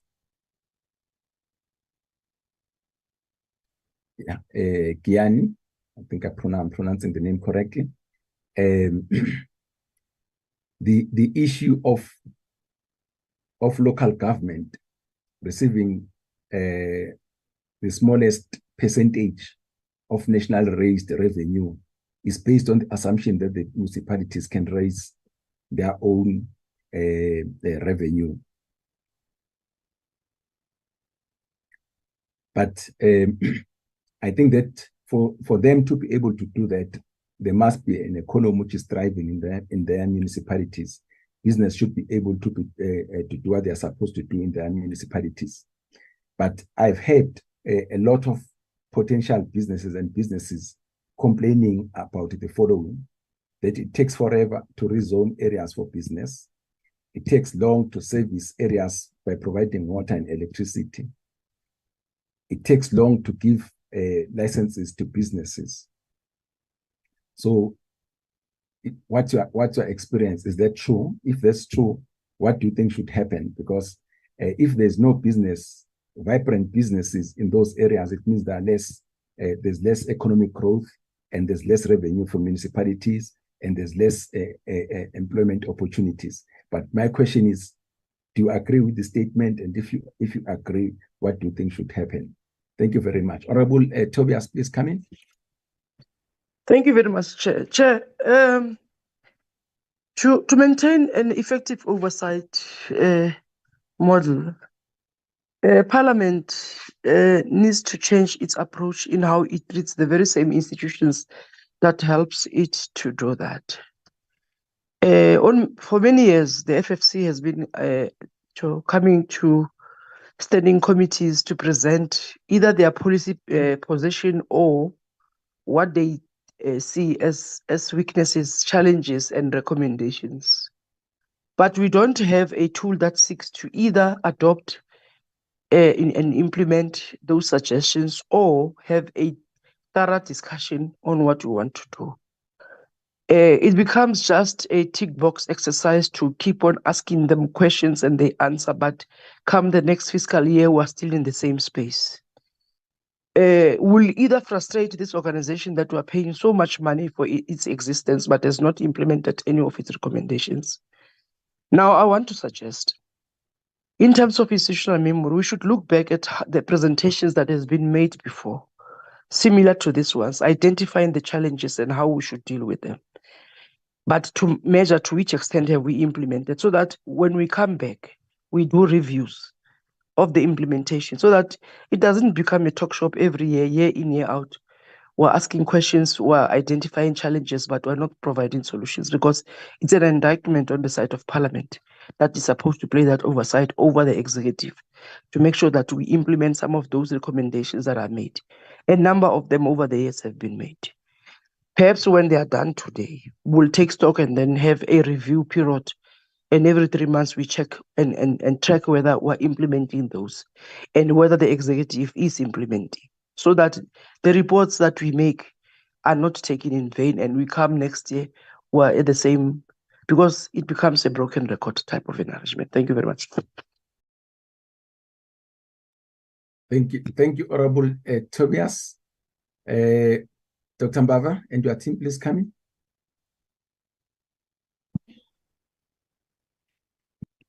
Thank you so much, Chairperson.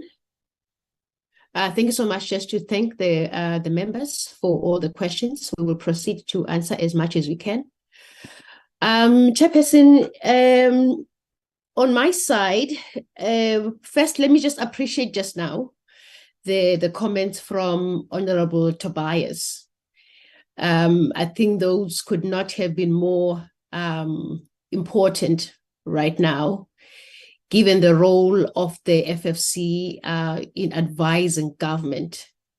And the concern we have as the FFC in many instances that our recommendations that we make to government, some have been adopted, but some, for one way or the other, have not found their way to the executive to be implemented. And therefore, the support of the of Parliament and this committee will be highly, highly appreciated. Thank you so much to Honorable Tobias for raising that.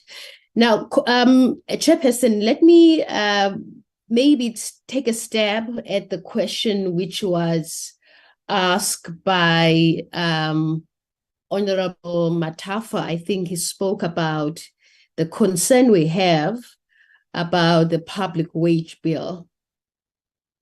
As the Financial and Fiscal Commission, we have raised concerns about the mushrooming public wage bill. If you remember, Honorable Chairperson, in March 2023, there was an agreement which was signed with the public service unions for a 7.5% increase. Now, this increase was above the increase which was penciled in February 2023. And now this poses a major risk to the fiscal balance and the commitment by government to narrow the public wage expenditure, as this is above what was initially expected. And we know that from the research we have done as the FFC, we have noted that the public wage bill has been persistently surging above an average rate of about 10.5% since the year 2000. So over the years, the public wage expenditures have grown above the inflation rate and economic growth, which poses a risk to sustainable fiscal balance. As a matter of noting, the agreement which was signed in March is going to cost about 37.4 billion rand in the 2023-24 financial year. This also adds to the risk of the wage bill destabilizing fiscal sustainability. What we have recommended, honorable members, is that going forward, what we would like to see as the FFC is for the Department of Public Service and Administration, as well as the National Treasury and other departments, they must consider revisiting government remuneration policies. We think that this will allow the public sector to progress towards a unified remuneration structure, which is based on fair, equitable, and long-term remuneration. It will also eliminate all the underlying wage disparities among employees that are performing identical jobs within the various branches of government. And also at the time when National Treasury is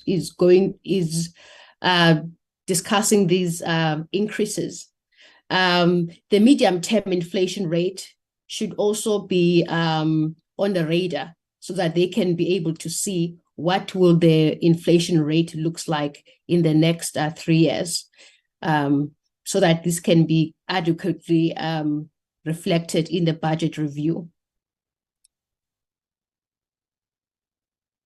The other issue which was raised by Honorable Kaiso on the social development, it's an issue that we as the FFC, we have ventilated on with regards to how equitable the implementation of the child support grant and other social grant have been implemented.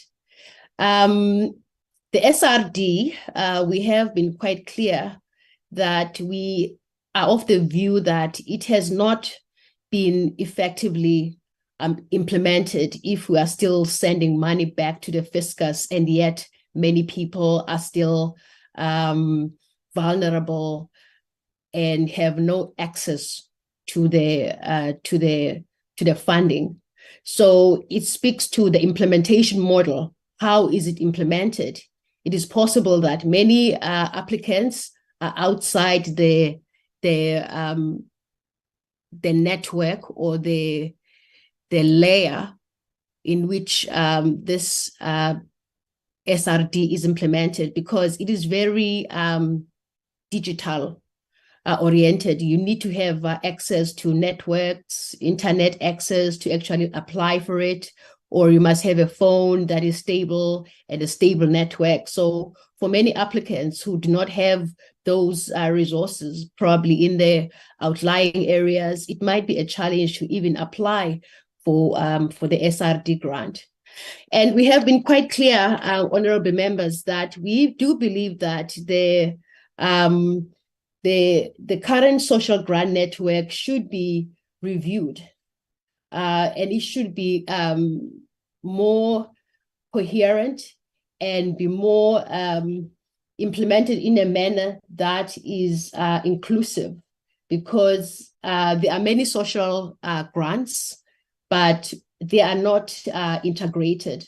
So we have asked that the Minister of Social Development must actually commence an extensive investigation into the current social security network to ensure that all these grants speaks to each other, and that there is a proper monitoring and evaluation of how these grants are implemented, because we believe that there are also challenges and teething problems when it comes to the data and the collection of the data, and how this data actually finds its way into the systems of the Social Development Department. So we have asked that this needs to be looked into. So we do believe that it's very important how the SRD is implemented, because if it's implemented very well, it actually is a pointer towards a more permanent basic income grant. We do not believe that the basic income grant will be implemented efficiently if at this point the SRD grant still has teething problems, because we see the SRD grant as a precursor to a permanent basic income grant. So if the SRD grant is implemented efficiently and effectively, it means that the systems thereof can now morph into systems that will be fundamental to the implementation of the BIG, and that BIG can be implemented more equitably. I'd like to now hand over maybe to Sianda to answer some of the questions, and then also to the other researchers as well. Thank you so much. Thank you, Chairperson. I think maybe a good point to start with is around the issue of the budget deficit that we've lighted, that this was an expectation from National Treasury at the beginning of the year, that the budget deficit will begin to moderate. And it was premised on the fact that there would be growth, or the assumption that there would be growth. However, without the necessary growth, it becomes difficult to reduce the deficit, and also without the necessary increase in revenue collection, as it were, it becomes difficult to reduce growth. And I do think that that's why now there is a change to say maybe we might not achieve that reduction of that budget deficit. So it is a point that was made by Treasury earlier, and was saying it is premised on growth and increased revenue collection. And as it comes to the issue of illicit and tax avoidance, related financial flows, we know that they can, have a significant impact on the economy, and not only the economy, but generally on the financial stability of the country, because they tend to drain foreign exchange reserve, and they lower tax receipts, as it was mentioned here, and also they reduce government expenditure and tend to divert resources from public spending. And we think that to address some of these the issue as it relates to illicit and tax avoidance, we think there is a need to strengthen institutions which are fighting corruption or which are fighting financial crimes, as it were. These institutions can include the Financial Intelligence Center and the South African Reserve Bank, and also strengthen the institutions such as SARS to be able to combat illicit financial flow and tax avoidance. And I think we have touched on this in our previous submission that we did when we had a chapter that was focusing on corruption. And in terms of fiscal consolidation and what we think, how this can be done without affecting service delivery, I think in terms of that, focusing our expenditure, because we do still believe that government expenditure can play a role in fostering and boosting economic growth. But we say that targeting, growth enhancing expenditures and maybe reducing expenditures such as consumption expenditures and would assist. Growth enhancing expenditures, we're looking at things such as infrastructure spending. So if we can target such things to try and boost and support economic growth, I think we will be able to have a fiscal consolidation that does not affect service delivery and also other objectives that the government has, such as reducing unemployment, because we do believe that growth enhancing expenditure such as infrastructure has the potential to create employment while it also supports growth. So, and we can also focus our expenditure on supporting, we've touched on this in the previous submission where we spoke about local value chains. Use our expenditure to support things such as manufacturing, which are growth enhancing, but they are mass employment initiatives. So we can use those to try and support those initiatives.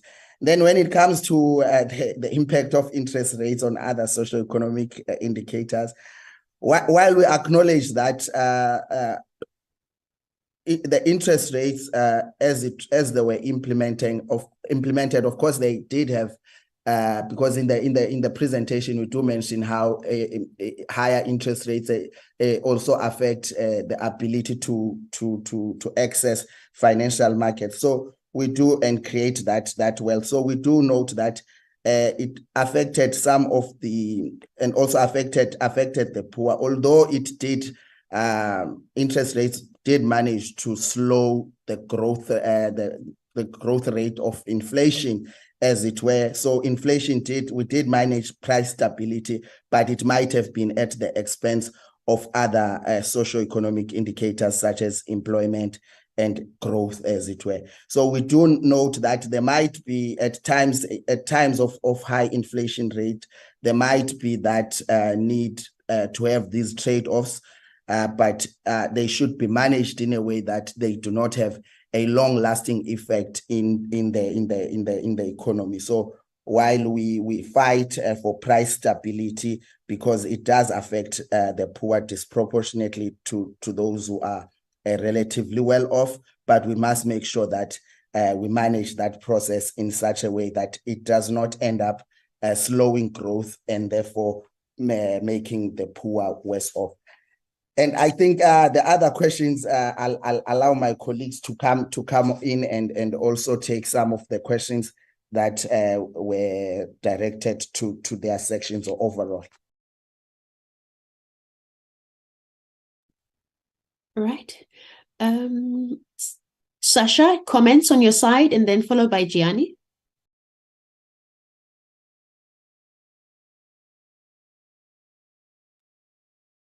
I'm happy to come in, Chairperson.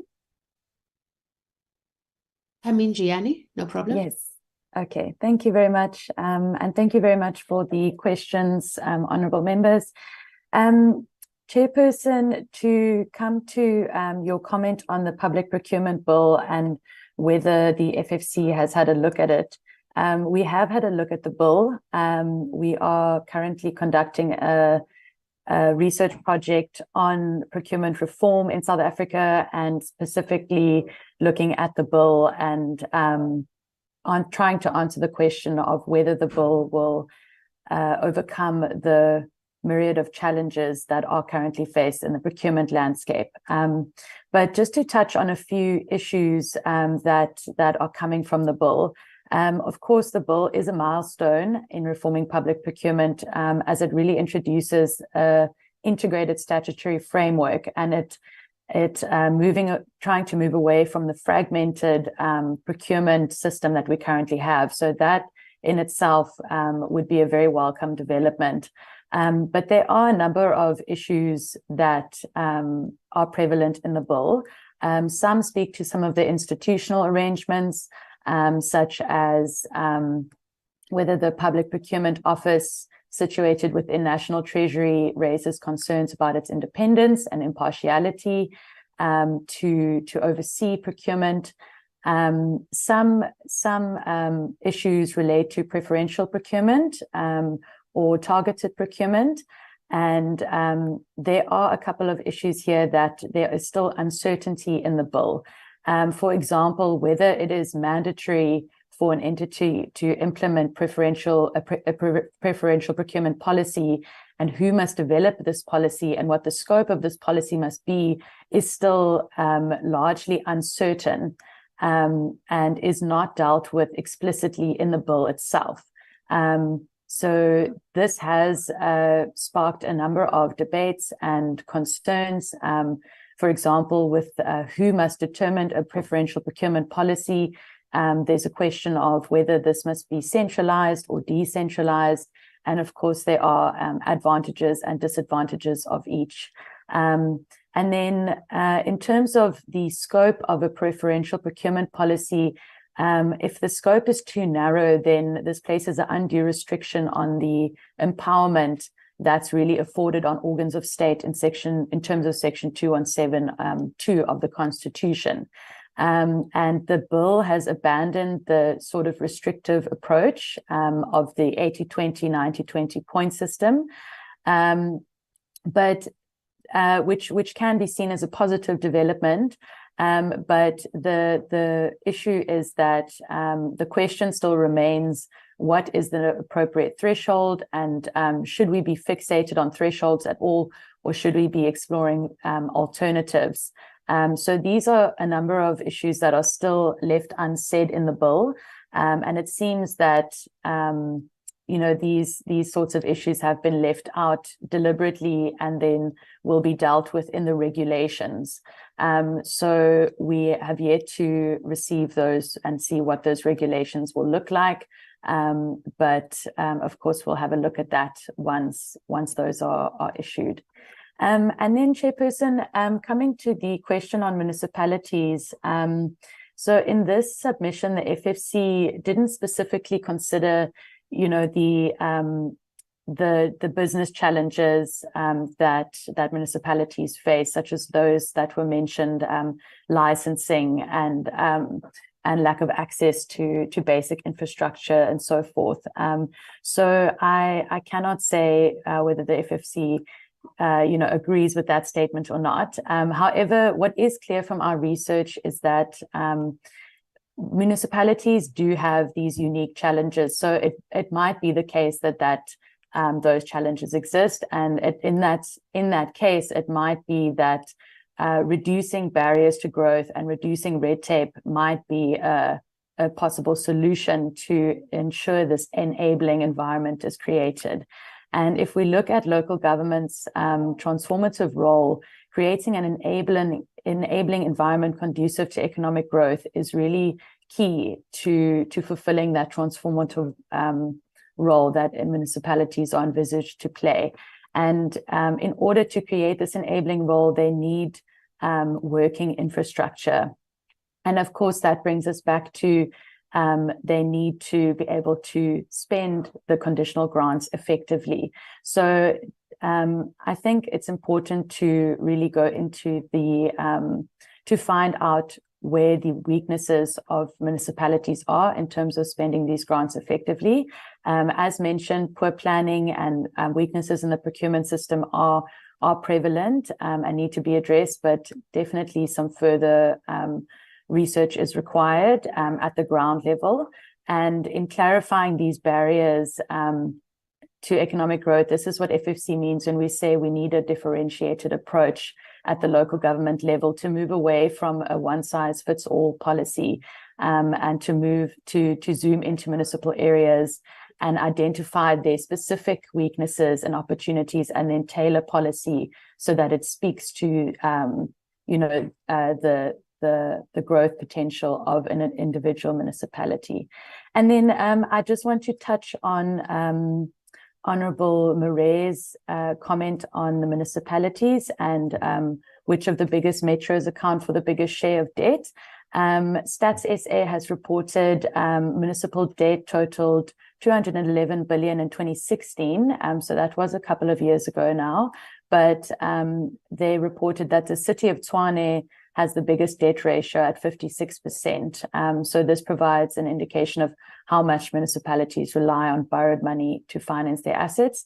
And city of Tshwane at 56% was followed by Joburg at 35%.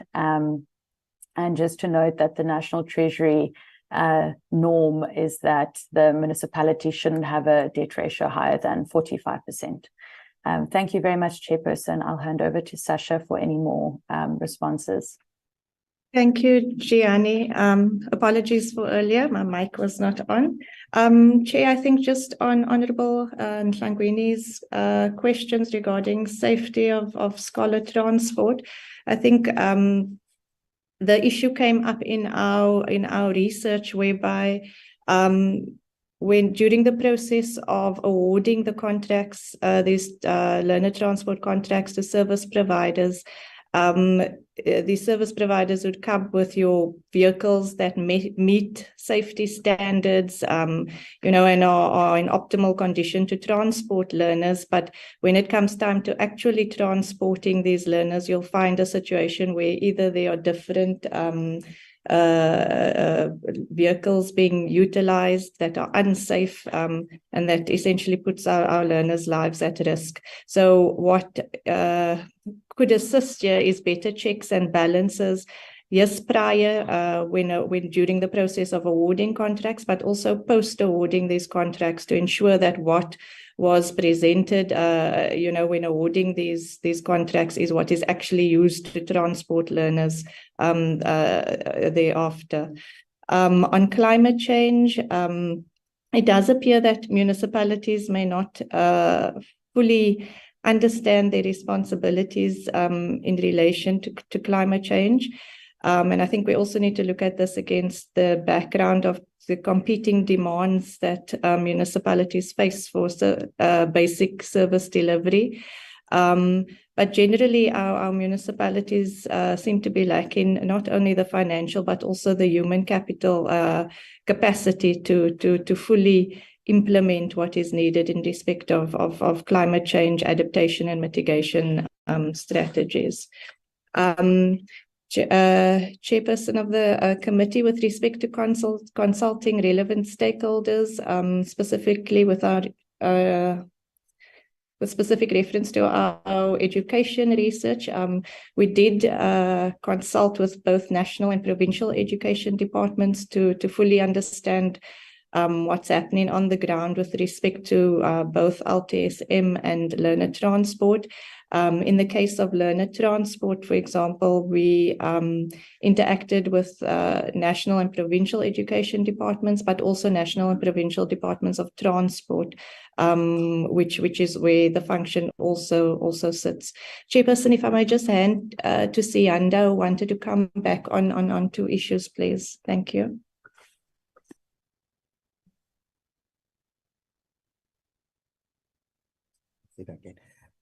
All right. Thank you. It's just one or two things that I might have not covered. It's around, firstly, the debt to GDP reaching about 73%, and then what would happen if it were it were to go, beyond 100% or reach 100%. I think it is important that we try and avoid a situation where it reaches that. But the fact that it reaches, if it reaches 100%, but it can still be supported by growth. There is no optimal or level where it says if it reaches 100%, then automatically it might be a fiscal cliff. But if there is growth to support that, that type of where we reach 100%. But if it were for us to things would continue as it were, and then it was going to reach 100%. When I say things were to continue as it were, that is a situation of low growth, and there is then a high debt to GDP ratio, and we reach a fiscal cliff. What would be the implication? Part of the implication would involve a sovereign credit risk. That is where the government becomes unable to meet its loan obligation. It would be an inability to render services and spend on government programs, because it's always the revenue and then what we want to spend on as the core, and then the difference is normally then financed through borrowing and so forth. So if it becomes difficult for us to go into the credit market to finance some of our expenditure, especially as it relates to big expenditure items such as infrastructure, would then be unable to deliver on some of our services, especially because the markets would then attach a high premium on any financing that we would be getting. And this would also affect investment and growth. And then as the last one is around SARS under collection, what are some of the reasons that we think could have resulted in SARS having an under collection? So we say that the low revenue collection in SARS is linked to the prices of commodities. And what we see is that now the prices of commodities are not performing very well, and then that affects that then results in low revenue collection. And this underscores the importance of ensuring that we as a country and as an economy, we then diversify our economy such that we do rely on other sectors to also boost revenue in times where commodities are not performing. And then in terms of the aggregate demand and where would growth come from, we say the I would, which is investment, that's where growth will come from. That is private investment and government investment. That's where the growth will come from. And because of the lack of investment, especially as it relates to issues such as infrastructure, or logistics, railway logistics, this has undermined the ability for us to improve our export capacity, which is where growth would also come from. So we need to address issues such as load shedding, the underperformance of the logistics sector, to ensure that we do support growth as a country. So those are the two issues that I thought maybe I had left out, and I must come back to them. Thank you, Chairperson. Back to you. Thank you so much, Sianda, and to the researchers. Just one more comment on my side, Chairperson, with regards to the financial challenges that are faced by municipalities. I think there is agreement that the 1998 white paper, the proposals of that paper, that there should be a 75-25 split between own revenue and transfers. We can all agree that that has not really materialized. Only the metros and some secondary cities are able to generate sufficient own revenue. So we have, Chairperson, advocated for a review of the local government fiscal framework. And I think when we do that, we can address all these disparities. So Chairperson, I want to hand over back to you. Thanks so much. Thank you so much, Dr. Mbava and the team. But before I let you go, let me just take the last check with honorable members. Honorable Sheikh, anything which you think needs to address, especially the questions that you have raised, or a follow-up on that? Anything? No, Chairperson. I think they didn't talk about the productivity and the issue of the high cost of doing business, which is making it very difficult for us not to be able to be competitive for export purposes. There was a follow-up. So note that follow-up and please address it. Thank you, Honorable Sheikh. Honorable Matafa, any follow-up from your side? Matafa? Honorable Mare? Fine, sir. Thank you. Honorable Sangwini? I'm fine, Chair. Honorable Kaiso? I'm okay, Chair. Honorable Tobias? I'm good, Chair. Thank you. Thank you. Just a few things. You don't need to respond to them. Sianda. So I think it's very important when you talk about that slide on budget deficit to be very clear that you are presenting the February numbers. So many things have changed, and so I think you should be very clear, because it looked like to us. That's why we raised it, all of us, about three of us. That's what we were saying. It's happening. It's going to happen. Sasha, my question was, when I was saying to you, consult with the relevant departments and basic education and provincial basic education, national and provincial. It was more about, do they hear the suggestions that you are making more than research? Sianda, the relationship between interest rates and investment is negative. So when interest rates are going up, we are not going to get an increase in investments.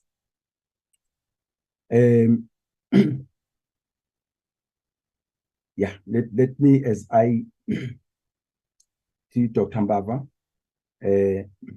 let's accept that you have come here, FFC, and you have made recommendations to the committee, and I'm sure you also agree that recommendations are recommendations. The committee can accept or not accept, but there are many of your recommendations that we have accepted. And when we accept, as the committee, the recommendations from the FFC, we take them to Parliament, and Parliament, through our reports, and Parliament generally have accepted that. A few examples that you have come and made here, and we followed up, and for instance, the extension of the SRT grant. You remember that it was supposed to be a one-year grant, but when we interacted with your good selves, you made a very good point for extension. And the committee took that and to Parliament. Parliament agreed and took it up with the executive. So perhaps the point there is that we know you put a lot of effort and time with your team, making all this research and making presentations to us, and we treat your presentations seriously. That's why I'm making this example. Another example, for instance, the question of underspending. You know that in this sixth Parliament, it has been our focus, or one of our focuses as this committee, the question of underspending by departments and SOEs. And last week we had a presentation coming from National Treasury about the expenditure patterns of Q1, Q2, 3, 24. And you saw that a big improvement has taken place, not less because of your inputs and others, that we show an improvement from 15.5% underspending to 3.2% underspending for the first quarter of this year. And we again, it's because of the pressure and the recommendations that you make to us. No doubt, more must still be done. For instance, this committee was very angry when there was underspending on some of the infrastructure grant in education. As a result, money to be shifted from the most distressed provinces to provinces which are more affluent compared to them. The committee continues to be very much worried about that. But having said that, please be assured that the committee takes the things that you are raising very seriously. That's why we give you even more responsibilities. At some stage, we would like to invite you to address us, I think, Sasha.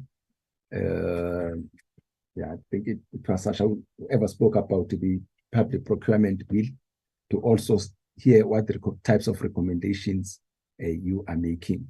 But thank you very much. We are done with this agenda item. Thank you so much, Chairperson. Dr. Mbava, you may remain in the meeting. We are very transparent as this, but I know you've got many other things to do. Thank you so much, Chairperson. Thank you. Thank you. Honorable members, the next agenda item is the minutes of the 29th of August 2023, which were circulated.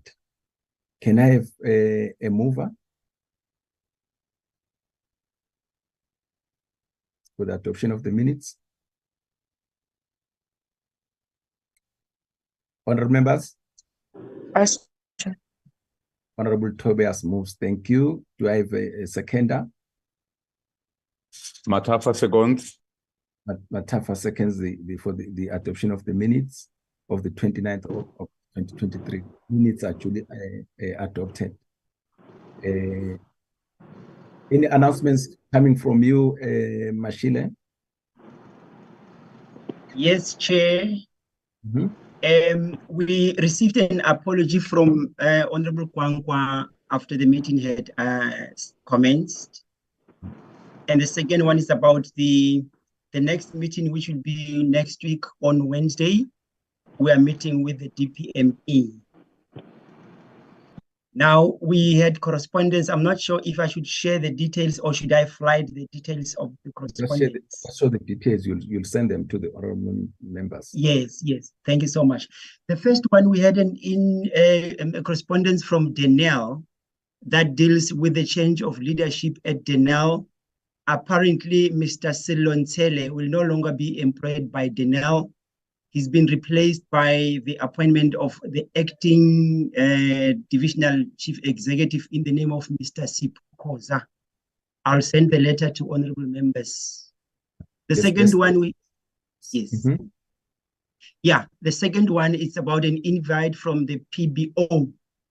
They are hosting the delegation from the Gambian Parliament. So they have extended an invitation to members and staff to have a joint meeting for sharing information. And the meeting is scheduled from the 11th until the 14th of September. So they say that in case we are not able to do that, we need to decide on a date and time when we'll be meeting them, considering the fact that we might be committed here and there. The last one is the... Yes. That's on that, Mashile. Yes. I think it's more of other members if they wanted to join the meetings that PPO is holding. It's not a one-on-one meeting with Gambia. So other members want to join those meetings. So I think we need to send other members the link and stuff and so on. Yes, that would be done. Thank you so much. The last one is an invite from the National Treasury. They are holding a virtual public workshop on the tax bill. So it's going to start tomorrow until Friday, the 6th, the 7th, and the 8th. I'll also send the invite to the members. Thank you, Chair. But also get the link so that our members who want to or who are able to can join. That would be done, Chair. Yes, that's all from my side, Chair. Thank you so much. And any questions on these things? I think they're straightforward, honorable members. Okay. No, Chair. Okay, thank you so much. Before I adjourn the meeting, I think I must thank Mr. Mashile. A huge improvement, big improvement from last week, the way he conducted our meeting. You remember last week, guys, very booyah. But thank you very much. And thank you, honorable members. And thank you so much to our support staff, everybody who's on the platform. The meeting is adjourned. Thank you very much. Thank you very much, Chair. Thanks, Chair. Thanks, Chair. Thank you. Thank you.